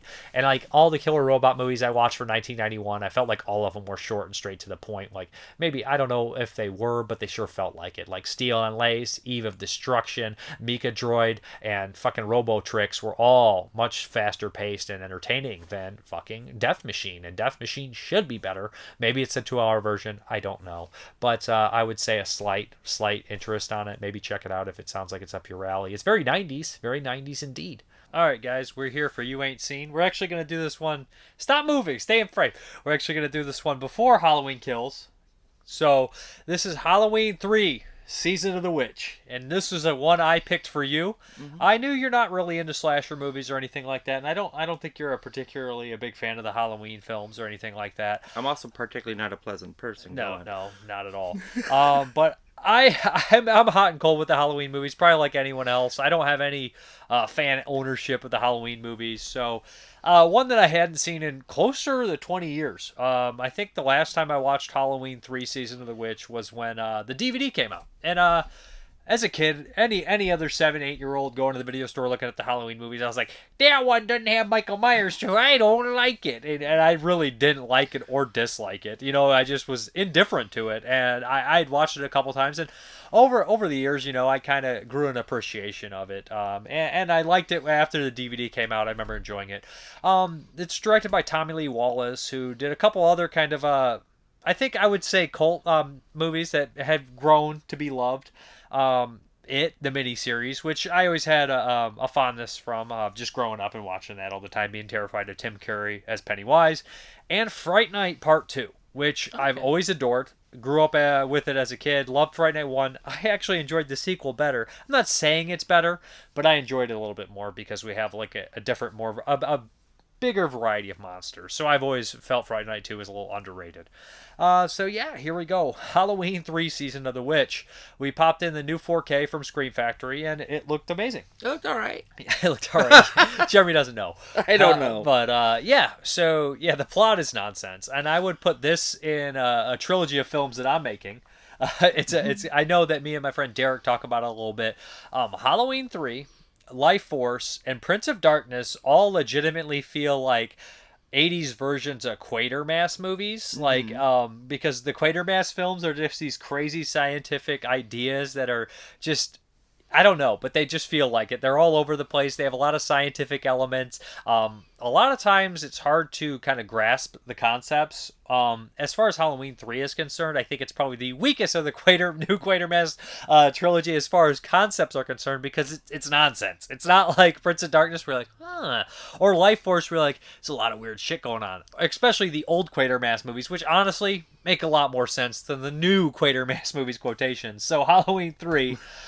Season of the Witch. I don't even know how to go about this. It follows a doctor and who's in Dan Chalice. It's played by legendary actor Tom Atkins, who pops up in stuff like Creepshow, Night of the Creeps, Lethal Weapon. He's just a really great actor, Pittsburgh guy. I've always loved him. I think he's top notch. Just very likable guy. He's a Pittsburgh guy? I believe he is a Pittsburgh guy. Or maybe he came from New York, but he kind of was in a lot of Pittsburgh-style movies. I think he is from that area. Okay. I mean, he's been in a couple Romero movies and stuff like that. So, anyways, I've always enjoyed him. Got to meet him at Cinema Wasteland. Was this really sweet guy. Very nice guy. Even did a video message for my mom. Didn't charge me for that or anything. I got an autograph. He was I super remember nice. that. Yeah, that was super nice. He was super nice. My mom loved it. That was really cool. So yeah, and back in the day, now I would never ask somebody to do that. You don't register. You know what I mean? That's their time and everything. So anyways, yeah. Dan Chalice is kind of an alcoholic doctor going through a divorce. I think they are divorced. I think so. It's approaching Halloween in California. I don't remember exactly where they're at. They're in, like, L.A. area. Yeah. But it doesn't look very much like a Halloween kind of centric place, like the Midwest, which is kind of the heart of Halloween in the United States around the 80s and stuff. I feel like it wasn't filmed in, like, a Halloween time, because literally nothing is decorated. Occasionally there is. Occasionally there might be, like, a paper skeleton somewhere. Yeah, but in the store everywhere. there is. But the place they go to, the Shamrock place, what? I can't think. It's San something. Shamrock, I think. It's not Shamrock, but it might as well be. Some Irish kind of like industrial town weird thing. That's not decorated, but that makes sense why they're not. Right. So anyways, a guy comes in late. He gets called into work and he has an emergency. We have this crazy chase scene, which is real creepy. It's very much like a Carpenter style. The music is Carpenter through and through. The score is amazing. You got that. My friend Brandon always used to make the jokes about that. This one especially, and Christine as well, with the Carpenter produced or directed films where they'd always do with the fucking headlights, and the score coming in. It has a lot of that. A lot of people being chased in the dark and creepy ways, and people popping up in the shadows. Yeah, like that stuff in the very beginning, chasing this guy, and we find out a little bit about him. He shows up to the hospital with a Halloween mask. He's very confused. Dan Chalice is trying to take care of him, and he is murdered that night, and the guy who murders him then sets himself on fire. It ends up the daughter of this man comes in, and Dan Chalice, being a ladies' man he is, starts kind of like her, and they start a relationship, but they're also starting like kind of a mystery film noir kind of style thing. Again, kind of reminds me a little bit of Messiah of Evil.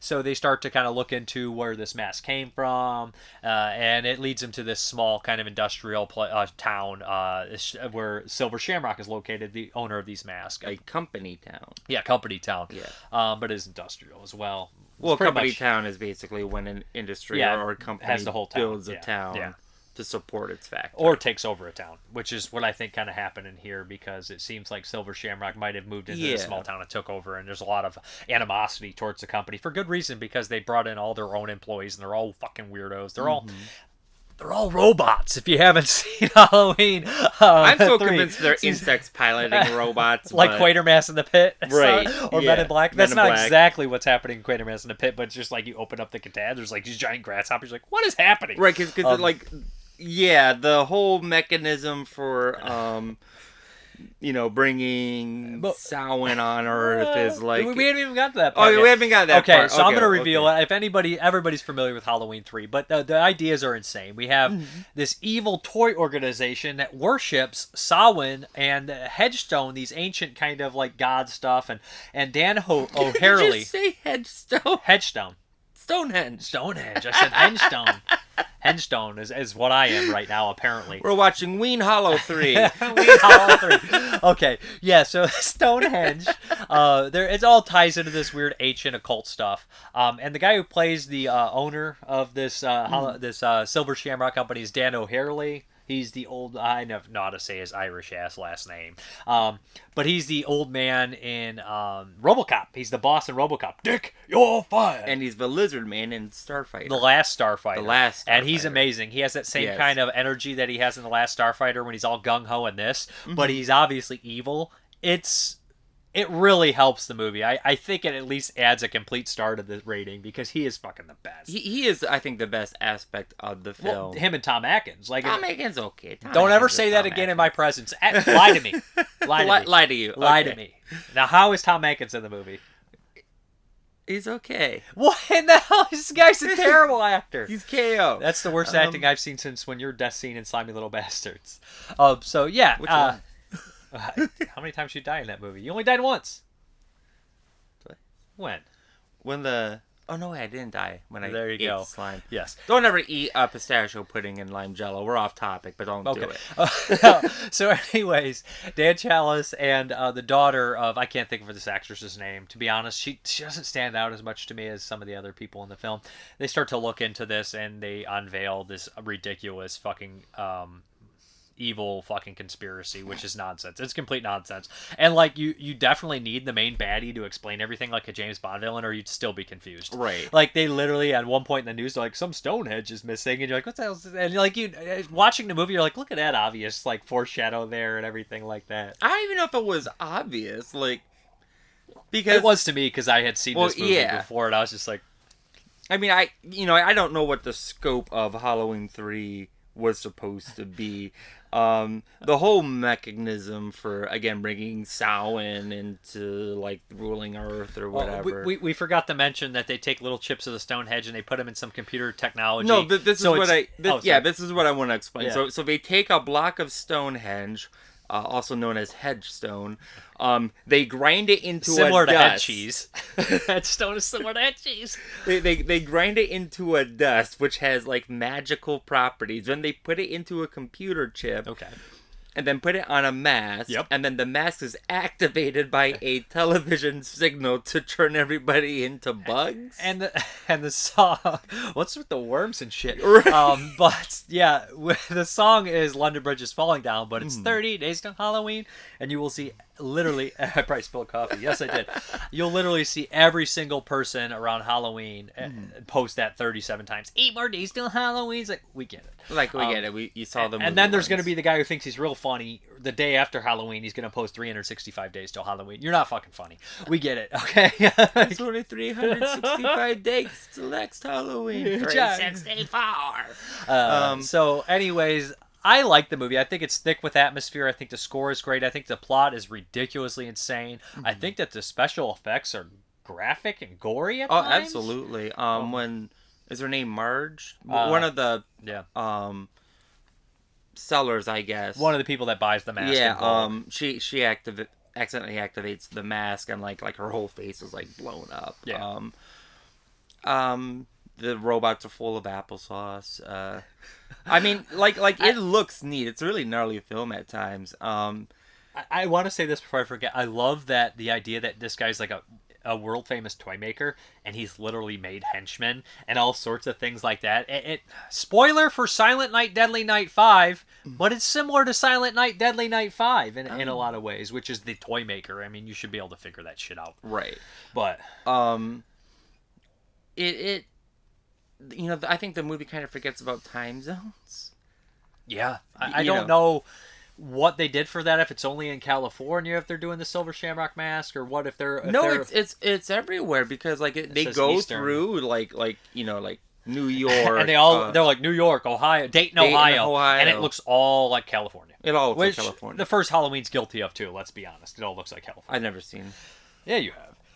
You just don't register. I don't register. Yeah, I don't most remember. People don't. So by the time like he figures out what's going on, it's already like 9 o'clock in LA time, which means all those kids are dead. Stop it! They're dead. No. It can't be. It has to play all at the same time. I bet those commercials in other places are a different time. Ain't no kid gonna be up, because Halloween's on a Sunday night this year. Ain't no kid gonna be up at It was a different time, Jeremy. 2, 3 a.m. the day before I don't know. school. Times worked different back then. Times were different. You're absolutely right. But time zones behaved exactly the same, and No, they nobody's. No, you're going to tell your kid when he gets home at 8:30, get your ass to bed. You got school. No, they're not. You're gonna sort your candy. Maybe not in Dayton, but have you ever been to Dayton? And then I've been to Dayton. I've been to Dayton a couple times. Have you? I just trash talking Dayton.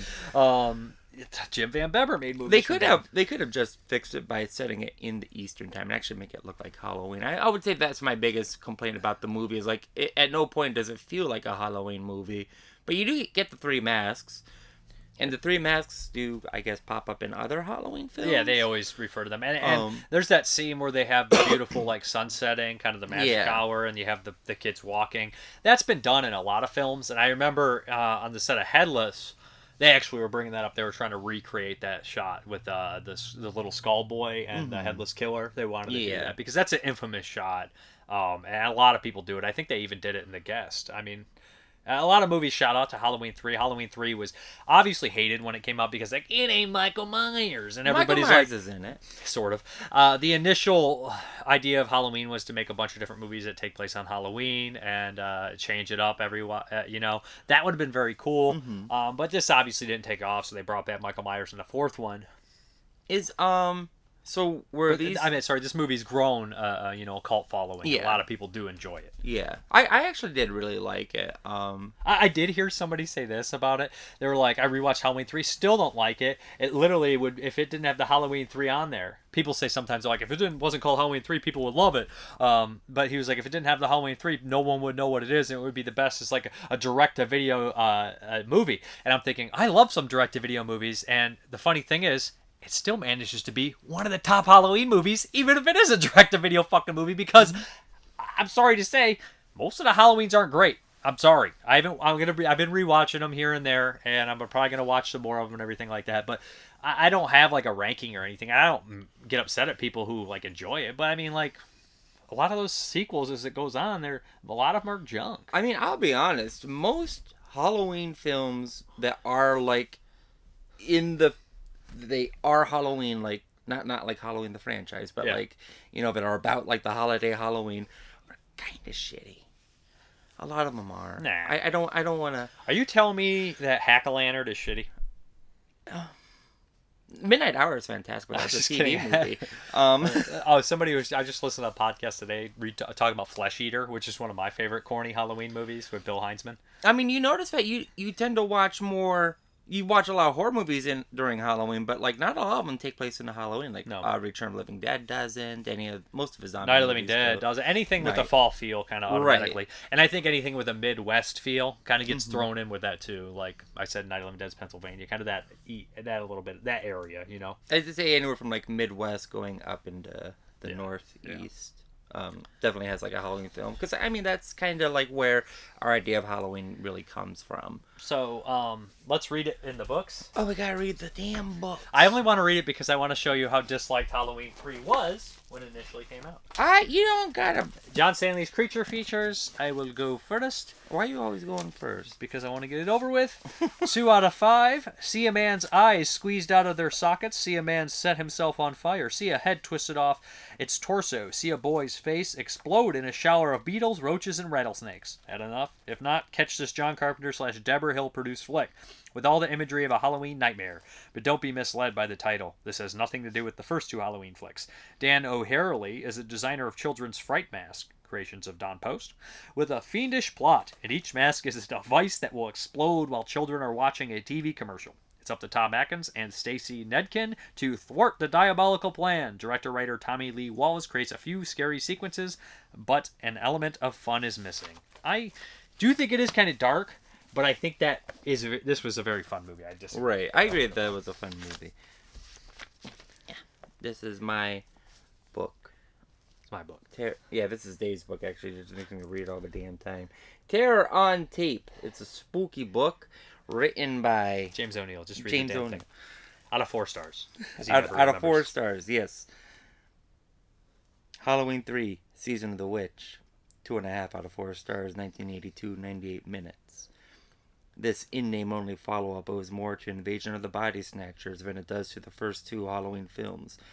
O'Harely is a spry or is spry as an Irish mask maker out to hold a mass sacrifice to ancient druid gods on Halloween night. How and why this is being done are just two of the many plot loopholes in Director Wallace's contrived rewrite of Nigel Neal's original script. Not as bad as its reputation suggests, with icky Tom Berman makeup effects, including melting faces, decapitations, and one obnoxious little kid whose mask mug explodes into a welter of spiders, roaches, and snakes. Although the silly plot involving everything from robots to remote-controlled Halloween masks to computer chips to headstone soon collapses under the weight of its own contrivances. I should mention that writer, I believe, is the writer of the Quatermass movies. So. Oh yeah. Yeah, that guy. He was a great science fiction writer. I don't know how he felt about Halloween 3. I'm sure he didn't love it. It's a weird ass movie, and he's probably a little bit more old school. But I mean, the Quatermass movies ideas, those 3 movies, that are just amazing. Well, when they showed like the crickets, it made me like think explicitly Quatermass in the Pit, because they have those giant locusts from Mars. Locusts from Mars. That's really what was going on, I think. And they were somehow embedded in our DNA.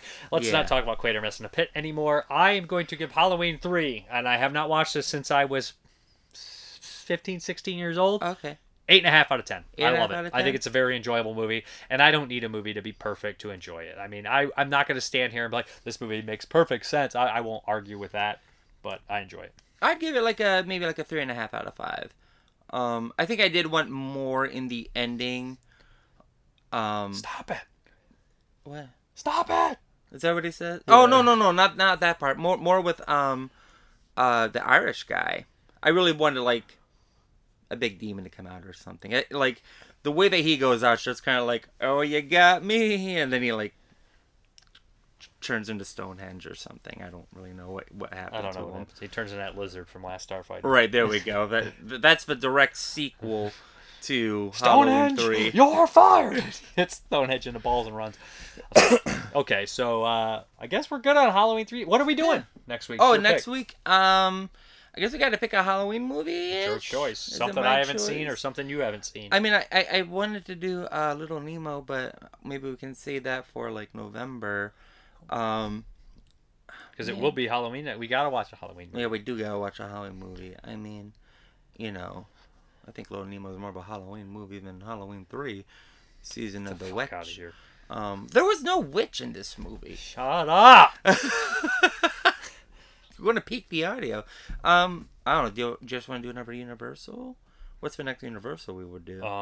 Hunchback of Notre Dame. Hunchback. Notre That's Dame. not very Halloween. But Phantom of the Opera's right after. We could do a double. They're probably both not very long. I don't want to do a double again. That was garbage last time we do that. It was an hour and a half How together. you get 2 picks and then you skip me. I didn't skip you. You're just rewriting history here. Rewriting history. Pick a name movie. Did you ever see Hocus Pocus? Come on. Did you ever see the top 5 Halloween movies? Yes, I just bought the 4K. You're not seeing Focus Pocus on 4K though. No, we're not watching Hocus Pocus. I've seen that 100 times. What would be a good... Man, I wish we saved Plan 9, because I feel like that has a nice Halloween feel. We would have never known it had a nice Halloween No, we feel wouldn't unless have. we watched it. What's a good... I want to do like a spooky Halloween sci-fi movie. Village of the Damned. Neither of us have seen that, the original. You never seen that? Nope. You? No, Village of the Damned? It's the classic one with the blonde kids and the telekinesis. Is it Stephen King? No, it's old. It's from the 60s. Oh, it's from the 60s? Okay, we'll do that. It's one that I was like, why haven't we both seen that? I have the Blu-ray right over there. I mean, that's one that came to my eyes right there. Where is it at? It's in the Warner Archive section. Oh, okay. Village of the Damned. There was a sequel, and then they remade it in the 90s, which was not very beloved. What about the Mystery of the Wax Museum? You want to do that instead? No. What's From Beyond the Grave? What's that? That's an Amicus. I've seen that. This is happening. Well, I haven't. Why are you going to pick that? If you pick that, you should pick Tales from the Crypt. It's a much better anthology than From Beyond. That's the third one. What's Queens of Evil? Queens of Evil? You don't want to watch it. I already watched that twice. You watched It's a it 1970 movie. It's an Italian movie. It's a good one, but I'm not watching it. Okay, we'll watch Village of the Damned. Sounds good, right? I mean, it doesn't sound like any... What's Superfly? It's a blaxploitation movie. Oh, it's not about a fly? Okay. Fucking hell. This is terrible. We're done. Okay, Village of the Damned it is. All right, we're going to make this... This is not going to be quick. I wanted to make it quick. I don't know if it will be, but we're going to cover Halloween Kills, brand new movie, directed by David Gordon Green, who directed 2018's Halloween, which was a direct sequel to the 1978 classic. We all know that Halloween has the worst timeline of all time. That and Texas Chainsaw are just complete messes. So this is a direct sequel to Halloween 2018. It picks up on the same night of Halloween 2018. What happened in the previous last time on Halloween was basically Michael Myers was released from the asylum from a crazy doctor named Sartain, and fucking the doctor, Turkish Loomis is what a lot of people call him, which makes me laugh because that's exactly what he is. He's like reverse Loomis. Yeah. So he wants to see Michael Myers in action. He releases him. Somehow him and Jamie Lee Curtis have a standoff again. Jamie Lee Curtis is like a Rambo style character now. So now this is basically picks up right where the last one left off. Michael Myers was left in a burning basement, but we know he's not done because we knew we were getting 3 movies. So it's Halloween Kills. It's right in the center of a trilogy. And this is kind of be the bloodbath one. The most kill count, the most fan service, all that kind of stuff here. So let's just give a couple minutes of non-spoiler thoughts and everything like that before we break into the spoilers, because I don't think I can talk much about this without spoiling it. Yeah, it's very hard to talk about. Yeah, without spoiling it. Yeah. Well, I really liked it. Again, but I don't have like a stake in Halloween. I don't either, really. You know, so it's like, you know, do I... You know, the original, and then in Halloween Part 6, and it's like, this is just like, it's a retelling of it's like when the zombie movies came out, it's like it has its own lore associated with it. It's a retelling of a story, and that's what this is, and it's just going off of the original movie. And then 2018. Let that happen. You know, how many times was Hunchback told? How many times was Phantom told? How many times was this or that or this told? This is just a number version. Well, people still remember the first version, so they directly compare it all the time. My initial thoughts are, honestly, I thought the atmosphere, the Halloween atmosphere, was really solid. Like, we just watched Halloween 3, which I love. I adore that movie. But it doesn't feel... I mean, the filming techniques and that kind of stuff does. But as far as the set design, besides going in the store, it doesn't exactly feel like Halloween. This one has the set designs that look like Halloween. The town has good atmosphere, the fog, all that kind of stuff is set up really well. The script is fairly sloppy at times, and the dialogue, I don't know if the acting is necessarily poor from everyone, but there is some people that are much worse acting in this than others. And for the caliber of talent behind the camera and in front of it, you really shouldn't have that, which it makes me feel like it might be possibly rushed, because the actors in here, they're not poor actors. There's a lot of good ones, and the dialogue... Most of the dialogue is really poor. It's really hard and like really hard on the ears. Like, I cringed a lot. I was like, oh man. Like, I unintentionally laughed at some of it. Like, for example, the scene with the kids on the swing was unbearably acted. It was terribly acted, and the dialogue was poor, that kind of stuff. And it was just a poorly constructed scene. Like, I literally just watched Hell Night. And that's just a generic 80s slasher film. A little less than generic. I like it. I think it's a very cool movie. But the way they build suspense and have, like, just character walking to the door for a long period of time, they do that well. And it's very 80s, very, you know, probably inspired by Halloween. And Halloween, the original, does that kind of stuff very well. You have these moments of tension. This one, it literally has characters wander into the scene for a couple minutes. No tension built. Maybe a couple funny things they say, and then they're brutally massacred, and it comes across more like Rob Zombie's Halloween than John Carpenter's Halloween. I would agree with that. And I don't dislike Rob Zombie's Halloweens, although I have not seen them in a long time. Not since they came out, really. And I remember enjoying them, the theatrical versions at least. You know, the director's cut didn't do much for me. The changes they made, I didn't like, but I didn't hate it. So I like the Rob Zombie Halloweens. I don't have any, like, anger towards them for being, you know, the white trash Halloween. We don't need to know where he came from. It's like, well, you got like 10 movies where you know where he came. You don't know where he came from, so oh well. So, like, I just find it strange that it's so directly tied with the original, and they make sure you know that with the flashbacks.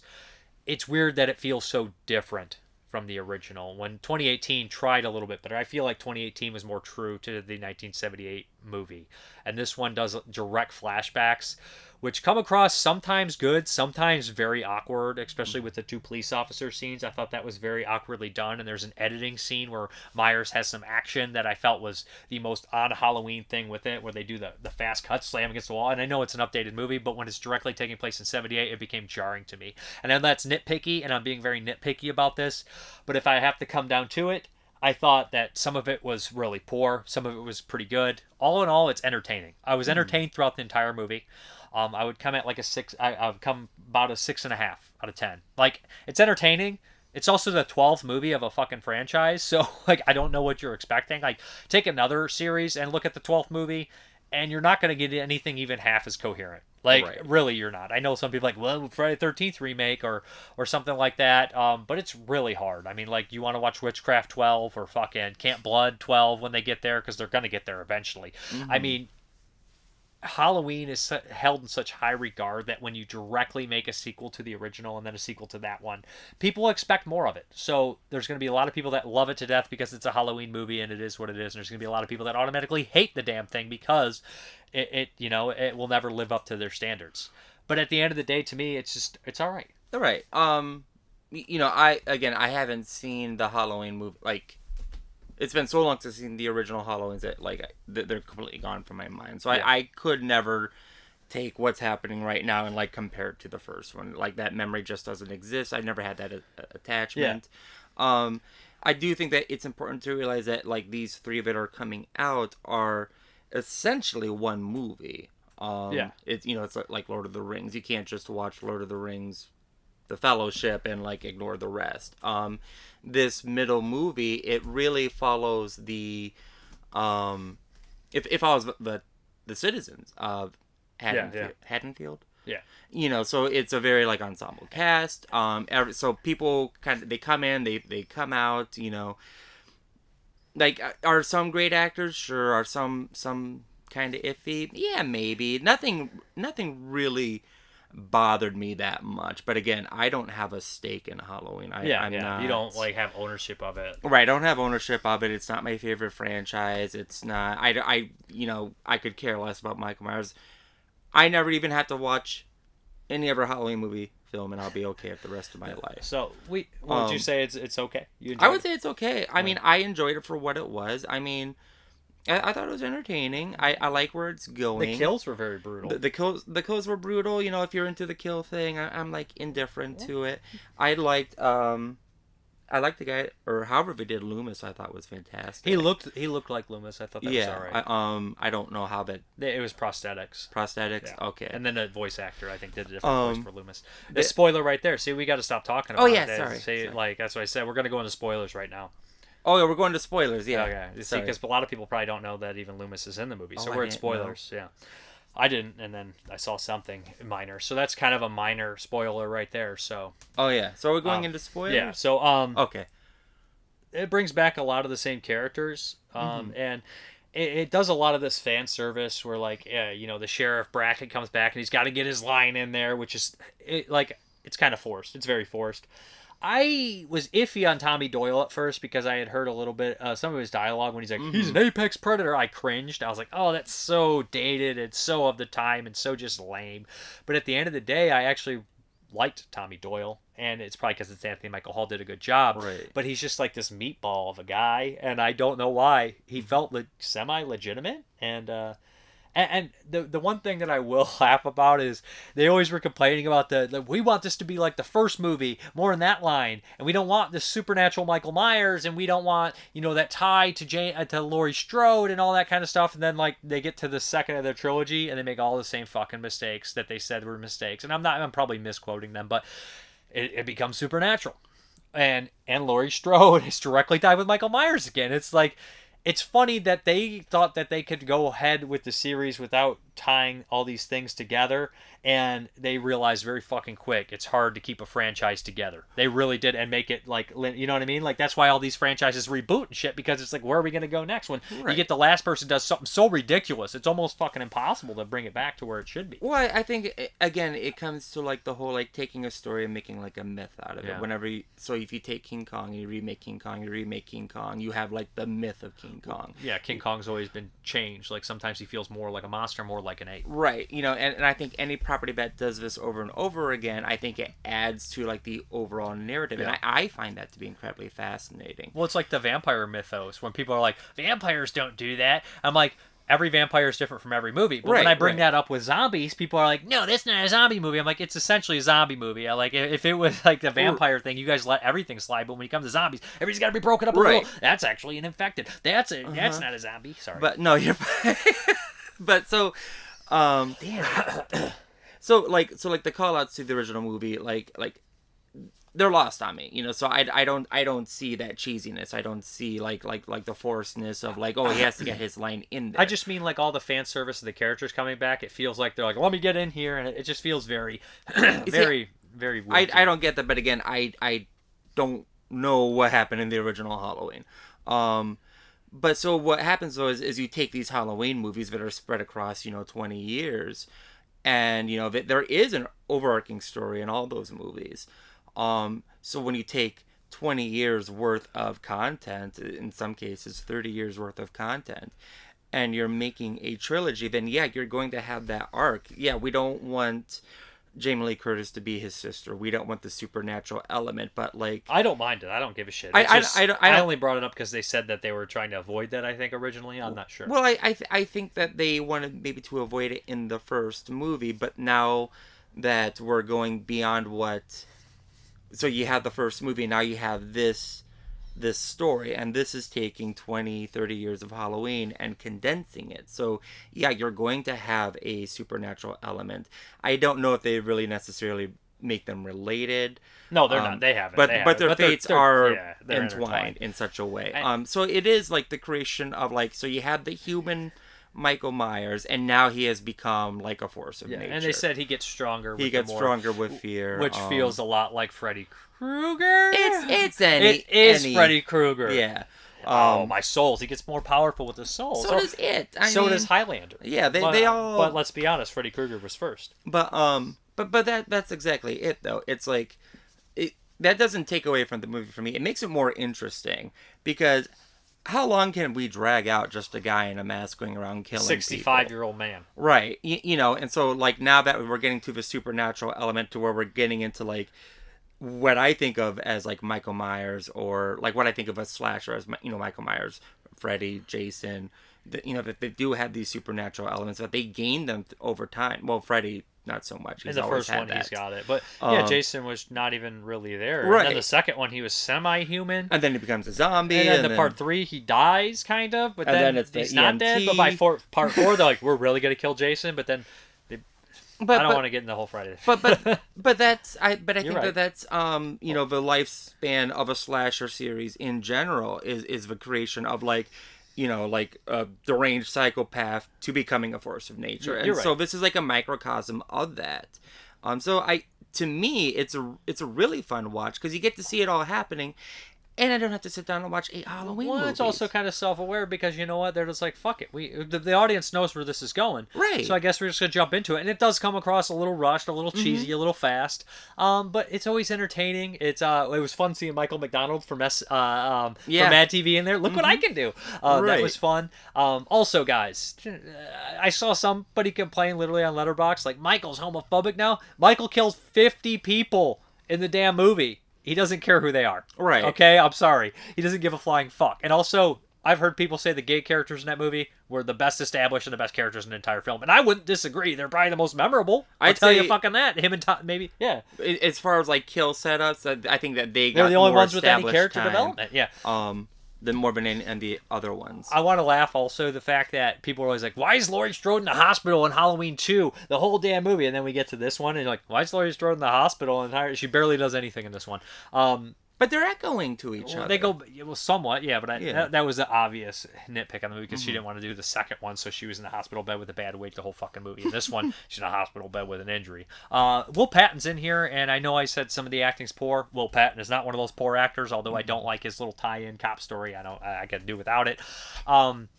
So the one thing that I do want to mention is there was a stupid meme going around that a lot of the horror people were showing. Were like, how come you're complaining about the acting in Halloween Kills, but you didn't complain about the bad acting in The Burning? Okay, the bad acting in The Burning is from like two characters that tell the ghost story around the fire to me. The difference between Halloween Kills, we have established actors and an established franchise that has a lot of fucking money.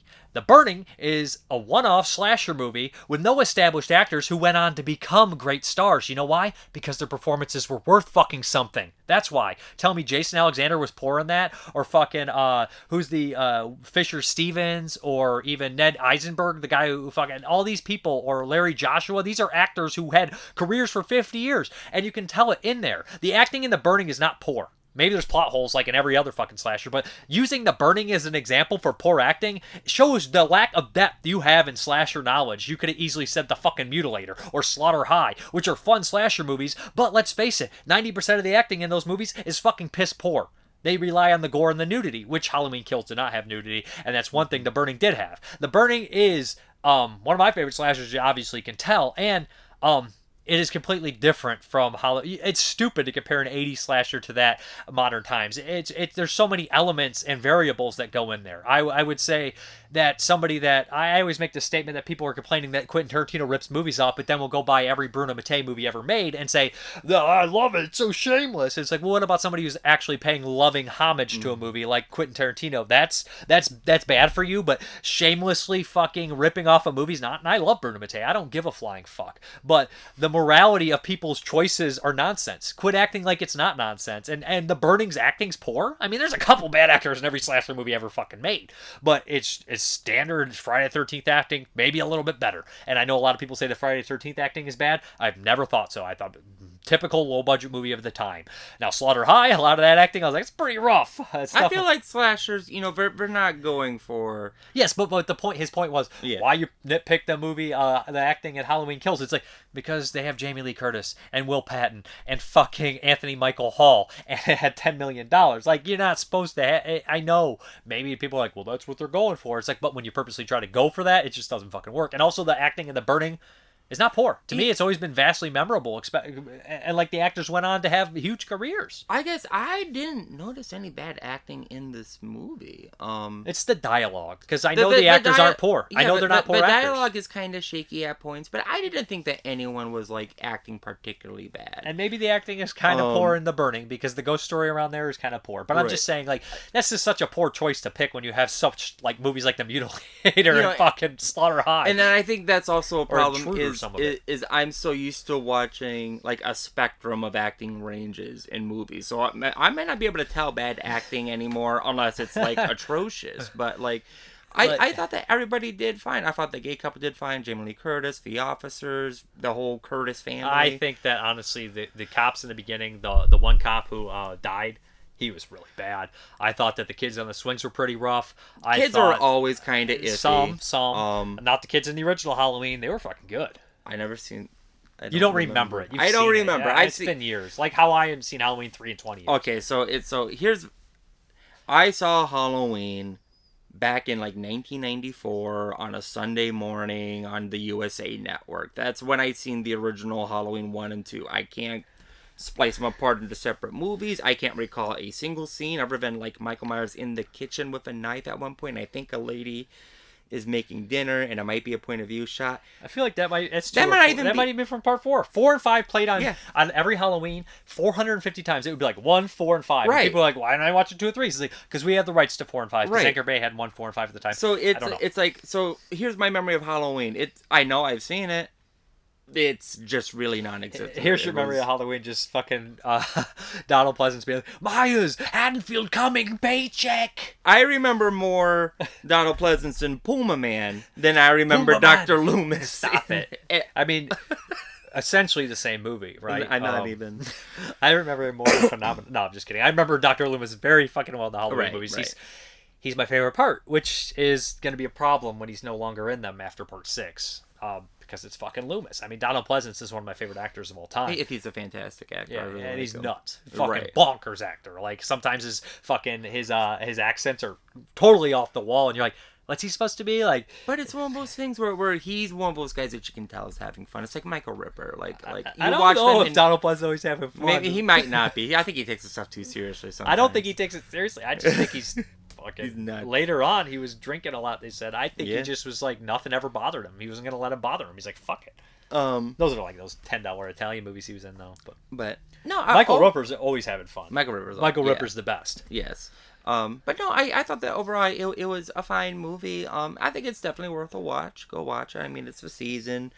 You know, if you saw the first, It's better than a lot of the sequels. Like, let's be honest. Like, and I'm not even a Rob Zombie hater. I like those movies, but I like again, the I'm Rob basing Zombie those off ones. whenever they came out. You know, Right. I don't have time to watch every movie 350 times unless it's a bona fide classic I love. I'm not watching anything 355 times. I don't care how much I like it. But you know what I'm saying. Anything That's gets just, maybe that's 5 an watches exaggeration, of course. Yeah. But yeah, like I mean, just off the top of my head, I certainly would rather watch this over. I know people love H2O. I just can't stand the stink of that time movies. Like I said, like it's like anything after Scream. Like Scream's fine, of course, but like the ripoffs of Scream make me sick to my stomach. I hate how the movies look. They have no guts. They have no gore. They have no nudity, and they're slashers. They're not intelligent enough to carry their movie on their plots. I see an H2O and I completely forget that Michael Myers is even in that. I barely remember a frame. Just remember from that. Josh Hartnett's haircut. I remember Josh Hartnett and Jamie Lee Curtis. Yeah, there you go. That's it.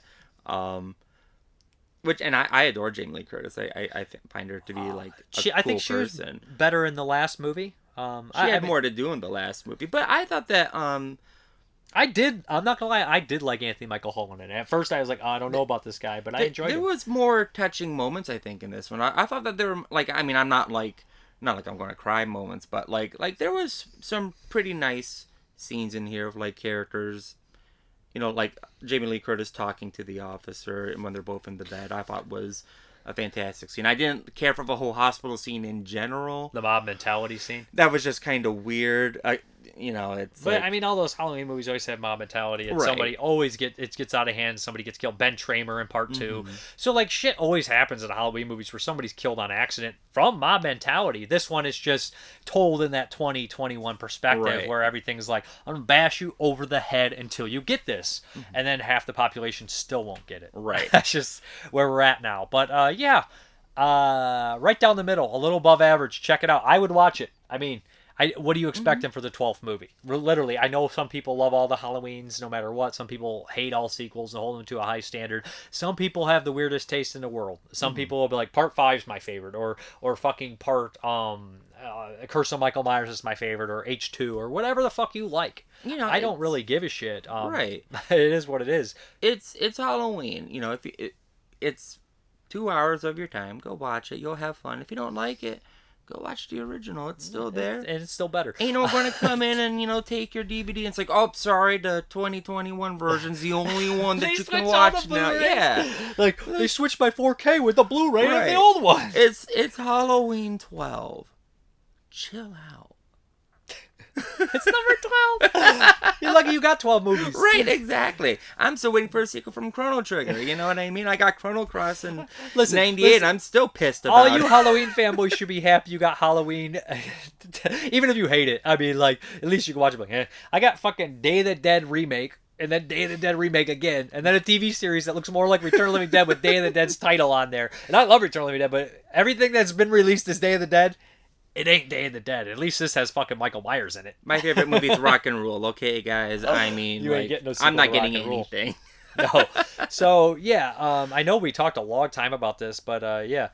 I think check it out, man. And this is one of those movies that people got to check out for yourself anyways. Like, don't listen to anybody else. Yeah. Don't listen. Don't even watch this. Why'd you watch this? What are you doing? Go watch the movie for yourself or don't watch it. Go away. We're done. We're done. Bye. Okay, last week I asked you guys who would be a good YouTuber or podcaster to do a crossover review or something like that with, or collaborate with something on.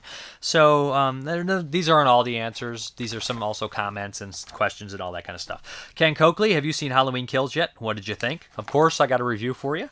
Also, do you have any Halloween routines? For instance, do you have a specific movie or movies that you watch year, every year I watch Night of the Living Dead, Phantasm, and Rocky Horror Picture Show. It's been that way since 1983. Not necessarily, but if I'm like putting up Halloween decorations, I might pop in Dawn of the Dead or Return of the Living Dead or Night of the Demons in the background, or play that when we're passing out candy or something like that. Those are the kind of ones I go to, like Ernest Scared Stupid and stuff like that too. Regarding the question of the week, I would like to see you cross over with a collector from overseas to compare what titles came out from which label. Also, I'd like to see videos of you at whatever conventions you go to. So, show some of the layout of the convention, maybe a short interview with the show guest. The only one I actually do go to is Cinema Wasteland, which is crazy, and I used to kind of go and do the layouts and everything like that. I nowadays you really can't film a lot of the guests in there without like going up and getting autographs and all that kind of stuff. So it gets really iffy carrying a camera around a convention and everything like that. Some people just don't want to be filmed, all that kind of deal. So Chris Rivers, would love to see you collaborate with Moods, Heath from Serial at Midnight, Emma from Spooky Astronauts, and Zane from Praise of Shadows. Keep up the amazing vids. Thank you, Chris Rivers. I'll definitely have Moods on. Moods will be easy. Me and Moods are actually friends, so I'll reach out maybe to some of the other ones. I know a lot of these people are probably like big fish. They don't want to be on Mrparka's show. So the Maniac, Dave, get your pervert cards out. Me, got mine right here. 2 more hits and I get a free sub. Forget the lame joke. It's making a joke about the pervert card. In all seriousness, I haven't checked out many of those more extreme Hong Kong movies, but I have been curious. Are they on the same level as things like Sallow, or are they a different beast altogether? I would say a different beast altogether. Now, while Sallow is like they're not like Cannibal Holocaust, but a lot of the perversions and fetishism and themes like that just become kind of crazy and different, and like you start to look at how they handle like certain subjects, like a lot of rape in their movies, and you're just like, I can't believe this is in here, and I can't believe it's done in this kind of style or this way. So a lot of the stuff is just like but then you also have weird kind of crazy violence too in a lot of the movies. So I would say the different beast altogether in a lot of Asian cinema in general. Alexander De Rosa, Soldier is a good Kurt Russell movie. I agree. Snoop Stock, have Cheetah. Will View is a cool channel. Yeah, I'll check out these channels I don't know that you guys are throwing out there. Chet Turner, Paying Up, has won a number of prizes at film festivals, including Best Actor for Dave's role in the lead. That's Chet, who's involved with producing Paying Up. He's given the movie a shout-out, which I mentioned last week. So, Freddie M., have you seen Day of the Dead Episode 1 on Sci-Fi? No, I haven't. I am semi-curious, but it doesn't really look like Day of the Dead. I feel weird about it. Mr. Tony the Dead, I would love to do a review with you, Dave. Yeah, we can work that out. Western Ram, you have to watch Rambo 4 Theatrical Edition because the extended cut actually cut out some of the violence and is only extended for story elements. So watch the theatrical cut with all the violence intact. I will do that. Mike Moore, I hit up the Kino Rocktober sale and got a bunch of old westerns and war films and a few 70s cheese fest, i.e. She. Just recently got in their catalog and loved their releases. Not a lot of special features, but for the price, it's hard to pass up getting old titles on Blu-ray. I agree 100%. I mean, a lot of times just pay 10 when they're on sale. You're like paying like $7 to $12 a pop. It's just perfect. And a lot of the times the movies do have a bunch of features. So I do have an order in for the October sale, the Rocktober sale. I did one, and then I have another one, a pre-order. One has a pre-order, and it comes out in early November. Homebodies. So I want to. That one's probably going to ship shortly. So, Ken Coakley, where did you get the Cassandra Crossing / Domino Principle double feature disc? I actually got that on Target with the buy two get one. One of the actors in Domino Principle is a late Edward Albert, who was in Galaxy of Terror. Yep. I remember that. He was also in a great rom-com with Goldie Hawn called Butterflies Are Free, in which he plays a blind young man who falls in love with a free spirit. I did the play when I was fresh out of college pursuing an acting career. It is very hard to play a visually impaired man when you can actually see. I would imagine. I probably would just cover my eyes for real and then just fall a lot. Isivicio, where was my comment? I commented last week and I did not hit the submit. Damn. I gotta say, sometimes they delete on their own and I have no control of it. Like, I'll see notifications of the comment and I'll go to click on it and it's completely fucking gone. So I don't know what happened. It happens sometimes. If you notice that happening, just send me a direct message and I'll read. I'm sorry about that. The entire 22 Shots podcast should be on your show. It would be one crowded show. Someone might knock a shelf over and wreck everything. Aha. I really need to get on with it with my 2021 watches. Can't believe Jeremy wants to kill Stephen King. That hurts my heart. I like Demons 2 more than 1 because apartment high tide settings are the best. Both are great though and very memorable. Monster Movie Man 13. Hey Dave, not a big deal, but Goldie Hawn and Kurt Russell met on a film back in 1966. Can't remember the name of the movie right now, but he was like 16 or 17 and she was 21. But they started dating when they started working again on Swing Shift in 1983. Great weekly episode as always. Thank you. Nick Mua, yourself, Dustin Mills, and Scott Shermer would be an unholy podcast vidcast trinity to be sure, or holy, depending on one's beliefs. Also, the peeps for 22 Shots and Moods and Horror would be dynamite on your show. I'd love to see you defending a movie or franchise your fellow podcasters loathe, but you love, or vice versa, followed by a fight to the death. Dennis Layazdiz Delirium is one from 2018 featuring Topher Grace, Predators, and Patricia Clarkson, The Woods. A great The Walls Are Closing In chiller, an ideal watch after a lockdown. Questions. Besides Cinema Wasteland, what other festivals, conventions do you always go to? None. I don't always go to any more except Cinema Wasteland. As you can see why I make it such a big deal. Here we are. We both enjoy. I have been to a couple, but it's not a regular routine. Like Horror Hound. We both enjoy Hammer film productions, but at what point do you feel they started losing their mojo? Have you seen any of the recent films? Wakewood, Woman in Black, The Lodge. I've seen The Lodge and I enjoyed it. I don't think really towards the end they lost that much mojo. Their last horror film I didn't like, To the Devil a Daughter, but before that there were some good ones in '70, like two and stuff like Vampire Lovers. Not Vampire Lovers in 1970. I'm thinking of Vampire Circus and stuff like that. So I don't, Legend of the Seven Golden Vampires I really enjoyed. I really think they lost their mojo. I just think they lost their money. To the Devil a Daughter I don't like, though. That was 76. Will you be checking out Scream 5 in the near future, or do you think that without Wes Craven the franchise is dead, so you'll be skipping it? I still need to watch Part 4, but I will eventually watch Part 5, so I need to get 4 too down.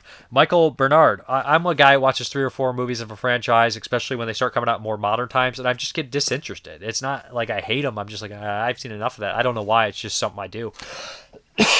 I'm dying here. I'm old.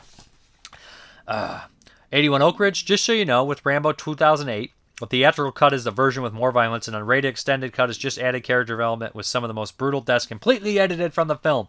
I have the 4K for Rambo, and the Blu-ray is extended, less violent version. They did the same thing with Halloween 6 Producer's Cut. They marketed it as an unrated, thinking you're going to get balls to the wall gore, but it's the tamed down version. Moods 616, get me on the show, son. Silva SVR07 Madden, excellent. Excellente.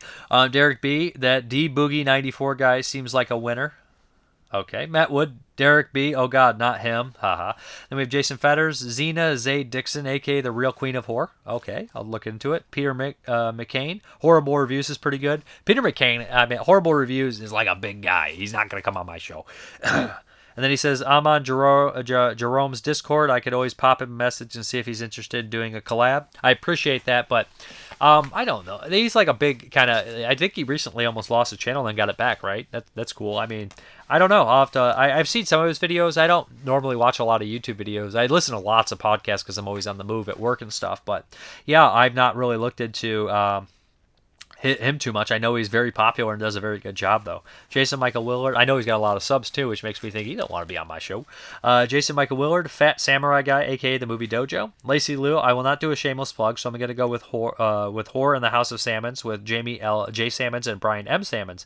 2 very insightful podcasters on their show as unlike anyone else's. I love Jamie. I've not heard much of Brian, but I've heard him occasionally. But Jamie does a great job. And Jamie Salmons chimes in. That's very kind, Lacey. Thank you. I would venture to say that we could have a good time with awesome host of Cut to the Chase. That's a fun show waiting to happen. And she says, I don't know though. Dave already had to put me in his time with me on Summer Series. He might have decided that was enough. No, I loved it. So we'll definitely do a crossover one of these days. I just need to figure out exactly what kind of thing we'll do. Derek B. There's never enough salmons in the house. They are the best.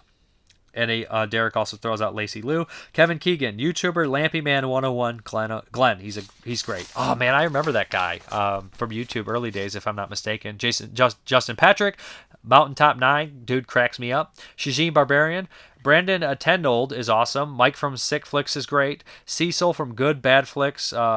Mark from Fanboy Flicks, and lastly, Horrible Reviews. Your channel and these 5 are the only thing on YouTube's that I watch. Cody Lee Harden, get Wet Movie 1 on and ask him about his involvement in the new Victor Salva movie coming out. Come on, Cody.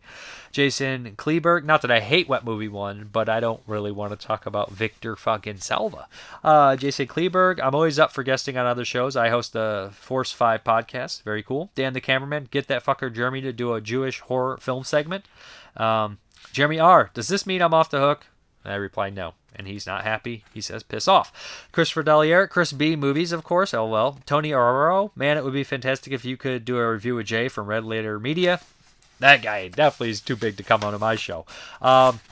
So for next week's show, next week's question, before I hop into some other things, what's your favorite horror film or horror adjacent film from 1994? So give me some of those. Some 1994 horror movies. Give me some that you like. I know Cemetery Man is the big one. Wolf, Interview with a Vampire, Brain Scan. Those are the ones that come to mind. But give me some of the ones that you think might be hidden gems from 1994 horror films.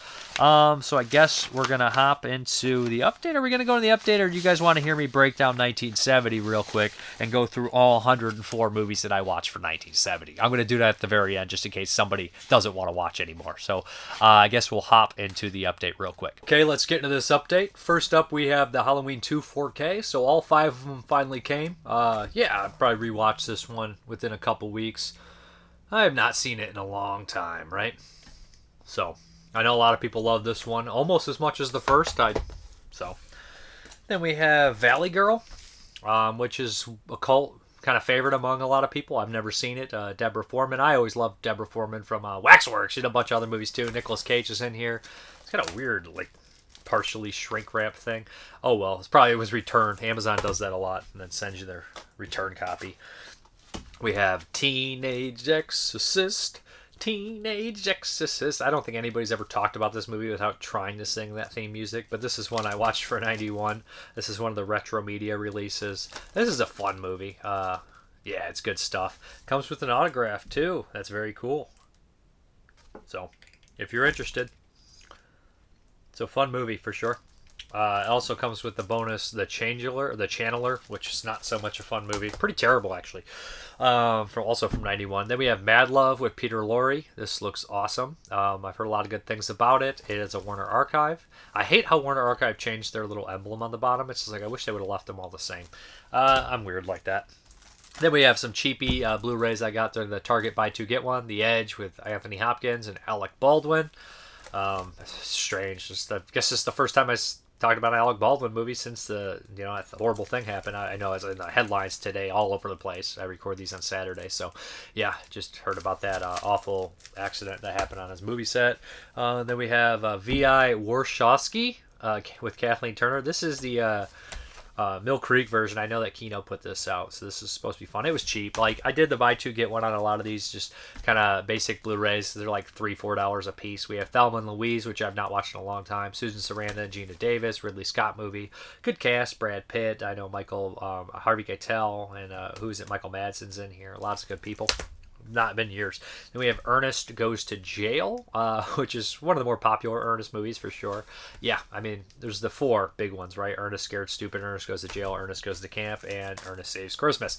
I've always been an Ernest Scared Stupid fan. Then we had 3 Days of the Condor, which I've never seen with Robert Redford. Again, good price on this one, so I picked it up. Another classic, Weekend at Bernie's. I haven't watched this movie in years. I'm pretty sure I only saw this one on television, so yeah. Grab the Blu-ray. I know there's part 2 as well. I'll probably get that eventually. Then we have the Neverending Story, which I think is in a 3-pack, but it was so cheap. I was like, why not grab the Neverending Story? Won't mind rewatching this one, so. Used to like it as a kid. Not seen it since. Then we have Twister, which is one that was also dirt cheap. I've not seen this movie in a very, very long time. Frickin' Bill Paxton, Helen Hunt. Seen that in theaters, actually. Then this movie, Step Brothers, I picked up because all the guys at work are like, "You never seen Step Brothers? You never seen Step Brothers?" I'm like, all right. I'll just buy Step Brothers, and I'll eventually watch it. This is the time when I love Will Ferrell in SNL, but there was a time when he was just everywhere, and he was just like, all right, he's the best thing to happen to your movie for 5 minutes, but if he's just the entire movie. I was just getting Will Ferrell like fatigue or something. Then we have Rip. Got my copy of Rip, which the Dustin Mills movie. I'm in this one, of course. Right on the cover, right there with my slick back hair. This was a fun movie that we made. All local stuff, all people from Ohio, most of them locally in Toledo. So had fun making this one. Good stuff. Then we have Two Masters of Ghastly Suspense in One Spine-Chilling Show. This is Blood Rites of the Vampire and The Abominations of Frankenstein. Both Seb Godin movies he directed, both on the same disc. Very cool. Seb is a friend of mine, makes a lot of independent movies. And yeah, both these 133 minutes. Very cool. I'll have to check these out ASAP. I like the gothic kind of horror styles, but I guess we're going to hop back to the video. Okay, guys, so let's do these 1970 movies. And you guys remember we did the best of 1970 on 22 shots. So if you don't want any spoilers, go over and listen to that like 6-hour podcast. You can get to my top 10 without any spoilers. But first, what I'm going to do is I'm going to give you my top 25 horror films, or horror close enough films. I tend to only keep horror in the top 10. Sometimes I'll branch out a little bit and throw a couple non-horror in the next 10 to 25, next 15 movies or so. But I try to keep most of these horror films in the top 25. And then I'll kind of break down my list of movies that include all the thrillers I watched, and I'll go from the bottom. Now, they're not in exact order how I feel about them. I'm just going by ratings. And there's a lot of movies that share the same rating, so I'll let you guys know when we break from the 3s to the 4s to the 5s to the 5.5s, all that kind of stuff. So let's break into this real quick and just do the top 25. 25 is Vampire Doll, the Japanese vampire flick. I thought that had good atmosphere and some very, very memorable visuals, and I thought that was an interesting movie. I liked kind of the way it tackled vampirism, and I don't see too many Japanese vampire movies that are that kind of gothic. Then we have 24, The Dunwich Horror. Lovecraft here is a pretty interesting film. Follows the story kind of close, and the monster is really unique and bizarre, and also a good cast. 23, Blind Woman's Curse. I thought this was an interesting Japanese flick by Ishii, or Atero Ishii. Had some cool stuff going on in here. Liked a lot of the crazy stuff and all that samurai stuff or Yakuza stuff at the very end. Interesting movie. 22, Dream No Evil. This one I always enjoyed. I thought it was really kind of sad and good character study, psychological stuff going on. I've always enjoyed this one. 21, The Man Who Haunted Himself. What a wonderful performance by Roger Moore. Just wonderful performance. Get some trippy stuff in there too that I really liked. Crazy midlife crisis movie. Honeymoon Killers, number 20. This I don't think is a horror movie at all. That's why it's so low, but this is a brilliant, wonderful movie. I love it. Great stuff. I covered all these movies on the channel if you want in-depth kind of looks at them. 19, The Strangler. Again, not necessarily a horror movie, but more horror than Honeymoon Killers. This is an interesting tale about a woman who kind of is infatuated with dying, and then a strangler who goes out at night and strangles women that he believes kind of have a death wish, that want to die, and they're going to commit suicide, and he wants to take care of it for them. This is an interesting, strange film. Very Hitchcockian. 18, Whirlpool. Man, a precursor to Last House on the Left. Mean-spirited Jose Larraz movie with a knockout ending.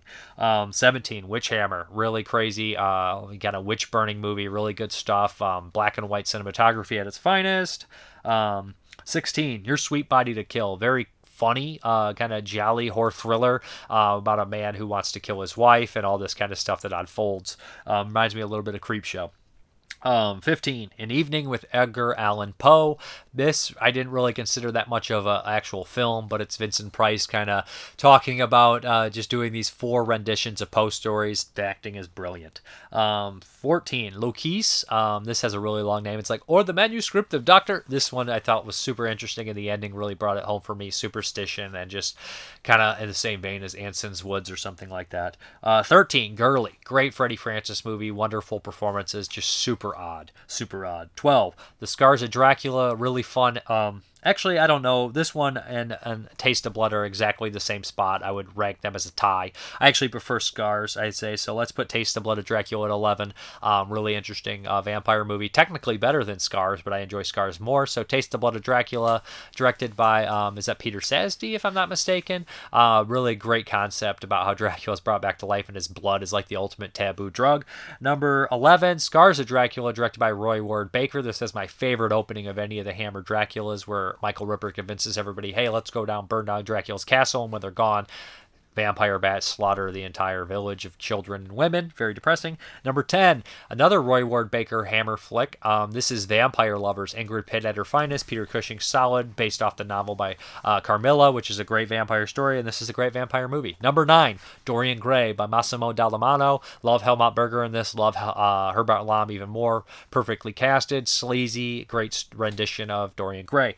Number 8, I Drink Your Blood, exploitation masterpiece, grindhouse double kind of like drive-in movie, very violent, very carryover from the 60s, but also very, very 1970s nihilistic shit starting, violent, crazy, Lynn Laurie, good stuff. Number 7, Jess Franco's Count Dracula. This is my favorite Dracula of the year, and this is my favorite Christopher Lee Dracula performance, although not a Hammer movie. It's also got a wonderful cast, including Christopher Lee, Klaus Kinski, Herbert Lom, Soledad Miranda, Jack fucking Taylor. So great cast, and it actually follows the book a lot closer than a lot of the other Dracula stories. Number 6, my stomach is rumbling, I am starving. 6, Hatchet for the Honeymoon by Mario Bava, classic Italian director, and this is a nuts movie, psychedelic, psychological, just lots of weird stuff. A ghost story, a giallo, and a film noir, the gothic, giallo, and ghost story. Yeah, gothic, giallo, and ghost story all together. Not film noir, duh. But The Anson's Woods, a.k.a. The Wolf in the Woods. This is my number 5. I love this movie. It follows the story of a little-known serial killer based on a true story who believes he's possibly a werewolf. I love this movie. 4, Valerie and Her Week of Wonders, Czech movie. This movie is visually brilliant. Lots of crazy stuff going on. Visually, it's amazing. And just the coming-of-age, strange things happening. Love it. Number 3, Mark of the Devil, starring Herbert Lom and Uday Kier. Great movie. Packs a punch to another witch kind of finding burning movie. Love it. Number 2, Jonathan. This is an amazing German film, amazing cinematography, long takes, just great mythology and a knockout ending and some visual stuff that is haunting. And number 1, of course, is The Bird with the Crystal Plumage by Dario Argento. I love the motives of the killer, and I love quite a bit of this movie. Just completely different from any kind of Italian film before it. Even though Mario Bava was doing these crazy things and obviously inspired Dario, I feel like this one is a little bit different than anything else, and it went on to kind of inspire a lot of giallo movies for a while afterwards. So that would be my top 25 kind of horror films. But I'm going to break down all 100. I can't believe I'm going to do this in speed. I'm going to do this in super fast speed. But I need a drink of water here. Here we have the 104 movies that I watched for 1970 and their ratings. So I'm going to let you know when the rating changes. And this is not in my top any order. This is just my ratings. And this does not care. I do not care if they're horror or not. Some were thrillers. Some were even less than thrillers because I didn't know any better. So out of 104 movies, we're going to start at the bottom. And a 2.5 is Orloff Against the Invisible Man. This is the absolute worst movie I saw from 1970. A very piss-poor French film. It's like, I think it's French. This guy, this Pierre Chevrier, whatever this director's saying, he's just not delivering the goods on exploitation cinema. Then we have the next 4... I'll let you know, this is 3.5, but then the next ones are all The Amazing Transplant, really kind of poor exploitation film about a man with a bad penis transplant. 102, Frankenstein on Campus, really dull Canadian exploitation, boring movie. 101, these are all the same ratings, so there's not really an order. They're kind of alphabetical order, possibly. There's no real order here until the order changes. I'll tell you another 3.5, Night of the Witches, also a terrible Canadian exploitation movie, very boring, very meandering. And then we have number 100, Wizard of Gore. I know everybody's like, geez, Dave, you really don't like Wizard? No, I do not. I'm basing these just going up on ratings. Maybe one I like a little bit more if it's a 7 over a 7.5 or something like that. But then we have Wizard of Gore at a 3.5. Now we bump into the 4s. We have quite a bit of 4s. So we have Bigfoot with John Carradine. Pretty dull. Bizarre, less than a 4. Can't believe I gave that a 4. That should be a 3.5. Bigfoot should be higher than that. That was a mistake. Bigfoot's probably a 4.5. Bizarre's terrible. That should be a 3.5 too. Terrible movie. Then we have Carnival of Blood. Again, we're at a 4. Not great, but had some moments. Had fucking Burt Young. Then we have another 4 at Janie. These are all tied for their spot. I'm just going by ratings. Janie, not a very good exploitation film. Then we have Night Slaves, which had a good idea, but just felt very dull to me out of 4. Nightmares Come at Night, the worst Jess Franco movie of the year. Kind of a lost forever. Soledad Miranda's in it, but it's just kind of sloppy at a 4. Torture Dungeon at a 4. not very good. Andy Milligan, but kind of entertaining. Your Hands on My Body at a 4. Just really boring Italian drama thriller. Just absolutely miserable to watch. 4.25, The Body Beneath, another Milligan movie, which had some good gothic stuff. The funny thing is, like, as Milligan's concerned, they rate low, but they're a lot better than some of the ones that are rated higher, just in entertainment value. Then we have at 90, and another 4.5. Now we start the 4.5s. Blood of the Iron Maiden. I'll just give you the rating, and then I'll tell you the movies that got that rating. Blood of the Iron Maiden, Guru the Mad Monk, The Psycho Lover. I'll just go through them. The Psycho Lover had some moments, but it was just kind of the dialogue was terrible. Guru the Mad Monk was a decent Andy Milligan, kind of enjoyed it, but it was still kind of poor in a lot of ways. Blood of the Iron Maiden had a great John Carradine performance, not much else. Then all these movies got 5s. Beast of Blood, Bloodthirsty Butchers, The Devil Woman, Horror of the Blood Monsters, Cynthia, the Devil's Doll, Trog, Weekend Murders, Cauldron of Blood. Those are all 5. Oh, no, sorry. Cauldron of Blood was a 5.5. So then we have at 5s, Beast of Blood, entertaining Eddie Romero movie, but it is what it is.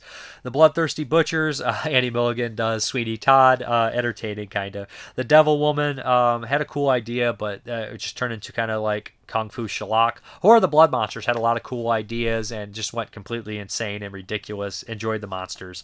Cynthia, the Devil's Doll, went completely trippy and had a lot of sex and stuff, so it kept my attention, but it wasn't great. Trog, I wish I would have gave this a 5.5 because Trog was actually very funny and entertaining. It's like when bad movies were good. Weekend Murders, incredibly dull and boring. I thought Gialli parody, but I'm not sure. Cauldron of Blood is a 5.5. Mark of the Witch, Scream and Scream Again, Scream the Demon Lover, Tamlin, Terror in the Streets are all 5.5. Terror in the Streets is more of a Japanese thriller. It was kind of listed. It seemed like Invisible Man, but kind of gaslighting kind of thriller. Tamlin, great idea, good cast, had some great stuff in it, but it just didn't really necessarily work for me. I know it's based on like an old folk story. Then we have Scream the Demon Lover, had some interesting stuff. Could have been there, but it kind of just became boring. I believe it was more of a Dr. Jekyll, Mr. Hyde story. Scream and Scream Again, great cast, cannot save this kind of crazy meandering movie. Mark of the Witch, I wanted to really like this. It just didn't necessarily work for me. And Cauldron of Blood, we have Boris Karloff. This one was kind of like a, what's the fucking Roger Corman movie? Bucket of Blood. It was kind of like that in that kind of rendition. So then we have one at 5.75. That's Shadow of Illusion, which an Italian film involved cults. Thought it was kind of interesting. And then we have at 6s. We have a lot of 6s here. We have Blood Mania, Crescendo, Eugenie, Fragment of Fear, From Ear to Ear, Goodbye Gemini, Horror Frankenstein, In the Folds of Flesh, Ritual of Evil, Robin Redbreast, The Enchanting Ghost, The Grandmother.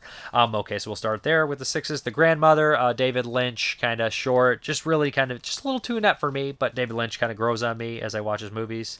The Enchanting Ghost, I mean, I like most of his movies. They grow on me in time, and I think back and like them. The Grandmother, I haven't seen it enough, maybe. I didn't love it. The Enchanting Ghost, kind of interesting Hong Kong, or is it Chinese ghost story? It's Chinese. That had some elements I enjoyed. The interesting idea that they had a female playing a male character in there that I thought kind of was different. Robin Redbreast, this had a lot of interesting, cool imagery and stuff, but it was just a decent, good to decent TV movie. Ritual of Evil, another good to decent television film. In the Folds of the Flesh has so much wild, weird shit that I kind of enjoy it, but it's also too inept to love, and they use footage from another movie, which is annoying. Horror Frankenstein, this one grew a little bit on me. I just watching all the other Hammer Frankensteins, this one kind of just sticks out and being weird. A remake of Curse of Frankenstein. Ralph Bates I like, but I just don't know how to feel about it.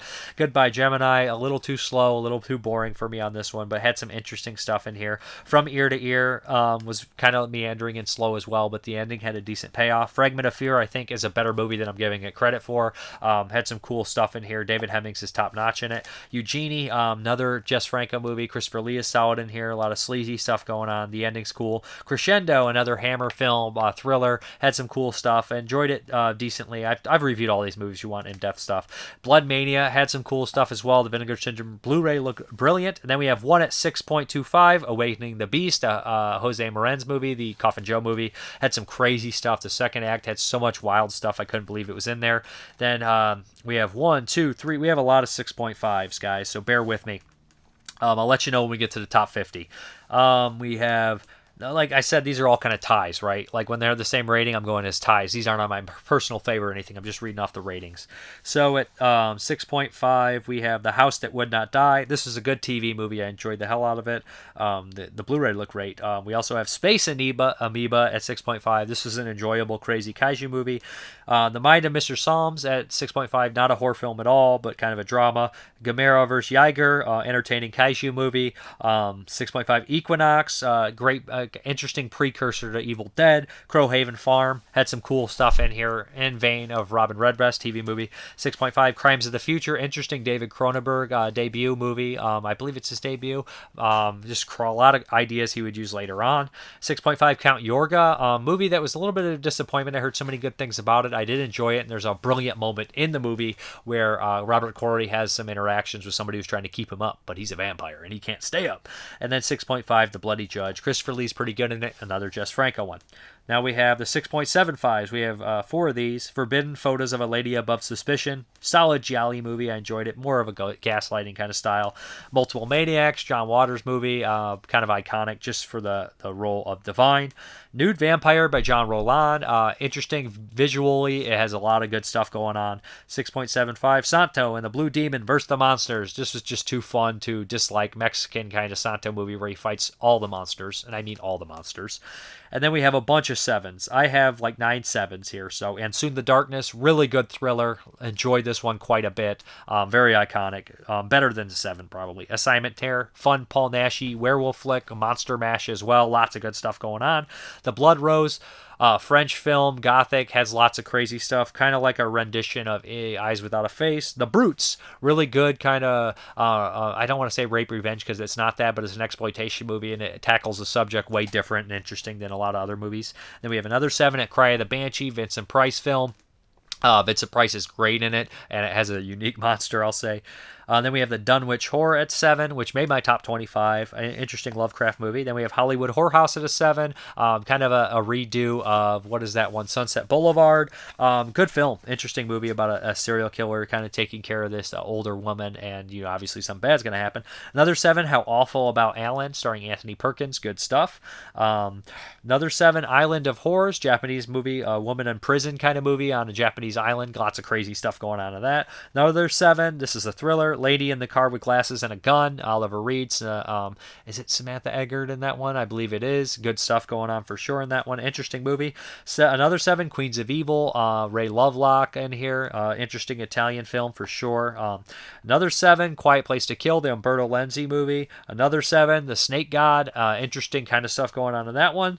Another 7, Sudden Terror, more of a thriller, kind of crime movie. Good stuff. And then another 7, The Vampire Doll, which made my top 25 horror films. And now we're going to hop into the 7.25s. We have a few of those. Blind Woman's Curse, I really liked. Death Occurred Last Night, a good Italian thriller involving the murder of a young girl. Very depressing. Dream No Evil, I really liked this one. Like I said, a lot of good psychological stuff. House of Dark Shadows. This one surprised me because I wasn't too familiar with the Dark Shadows movie. So when I watched this one, it kind of took me back. I really should have let you guys know where I was at on the numbers. Then Kill the Fatted Calf and Roast It, kind of a drama thriller, a family drama, interesting stuff for sure. Now the top 25, just on ratings alone, these aren't my personal preference, okay? I know people are like, but shouldn't your ratings reflect your personal preference? Yeah, somewhat, but also I'm doing top 25 horror films, whatever. And then here's the top 25 in ratings are concerned. 7.5, and God Said to Cain. I feel it's more of a Western than a horror film, starring Klaus Kinski getting revenge. It does have a gothic element. 24, The Butcher. Great French kind of thriller movie about the love affair, kind of the blossoming or relationship between a teacher and a butcher, and the butcher's got a lot of things in his past. Then we have 23, Girly at a 7.5, Freddie Francis movie. That made my top 25. Lokis at 22, a manuscript for Professor Wittenbach, which made my top 25 at a 7.5. Like this one quite a bit. And then we have 21, Scars of Dracula at a 7.5. Taste the Blood of Dracula at 20 at a 7.5. 19, The Man Who Haunted Himself at a 7.5. 18, Whirlpool at a 7.5. 17, Witch Hammer at a 7.5. 16, Your Sweet Body to Kill at a 7.5. And then we have 15 at a 7.75, Deep End. This is a great drama film. It has a little bit of a thriller aspect to it about a boy obsessed of a girl coming of age movie. Also darkly funny and depressing. Then we have 14 here, which it should be an 8. I don't know. I made a mistake here, so I'm going to bump it up because I rated an 8 on the show. Then let's just do this at 14, Road to Selena, 7.75. Really interesting thriller movie. Good stuff going on. Then we have 12 with The Strangler, which I talked about earlier, made my top 25. And then I guess we're going to go with, at number, what this would be, I'm losing my number here, Vampire Lovers at an 8. Love that one. Dorian Gray at an 8. Evening with Edgar Allan Poe at an 8. The Ensign's Woods at an 8. Count Dracula at an 8. Hatchet for the Honeymoon at 8. I Drink Your Blood 8. Valerie Week of Wonders 8. Mark of the Devil 8.25 or 8.5 or something like that. Jonathan 9. 2 Bird with the Crystal Plumage. As you guys know, I'm briefly doing these because these all made my top 25. So, and the number one movie I think of the year, I don't consider it a horror film, is The Honeymoon Killers. I gave it a 10 out of 10. I think it's a perfect movie, but I don't consider it horror enough to make my top of the list. I'm goofy. So if you guys want to hear my top 25 again, Vampire Doll, starting from the bottom, Vampire Doll, The Dunwich Horror. These are my top 25 horror films. This is not the top 25 of the 104 movie list on rankings, on just the rankings I gave them. So we have Vampire Doll, Dunwich Horror, Blind Woman's Curse, Dream No Evil, The Man Who Haunted Himself, Honeymoon Killers, The Strangler, Whirlpool, Witchpool, Whirlpool, Witch Hammer, Your Sweet Body to Kill, An Evening with Edgar Allan Poe, Lokis, Gurley, Scars of Dracula, Taste of Blood of Dracula, interchangeable on those two. Vampire Lovers, Dorian Gray, I Drink Your Blood, Count Dracula, Hatchet for the Honeymoon, The Ensign's Woods, Valerie and Her Week of Wonders, Mark of the Devil, Jonathan, The Bird with the Crystal Plumage. So yeah, guys, I know I mixed this up, so I'm out of here. You're going to see the ending here. I think I mixed up the editing process. Whatever. You're going to be fine. Relax. Though sometimes beaten back, he came again and again against the enemy, till at the end he came alone from the bloody field, for he alone could triumph. This was a Dracula indeed. 1970, President Nixon ordered American troops into Cambodia. He called it an incursion, not an invasion, and it lasted for 2 months. The purpose was to destroy enemy bases and supply lines. At times, that mission was extremely dangerous. Marcus Welby, MD, and the Dick Cavett Show will not be seen tonight, so that we may bring you live color coverage of the 42nd Annual Awards of the Academy of Motion Picture Arts and Sciences.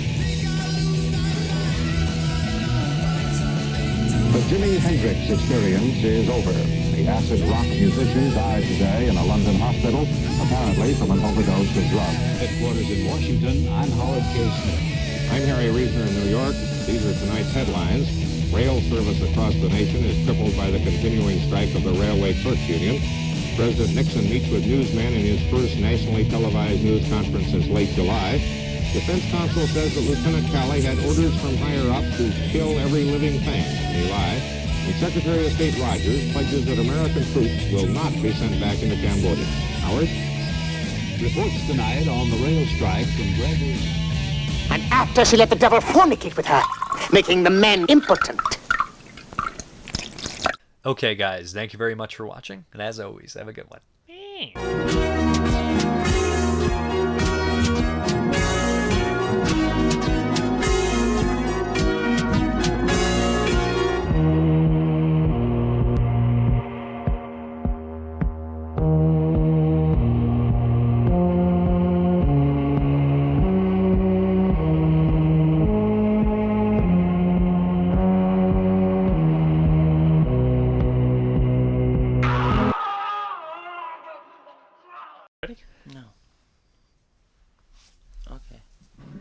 I'm ready.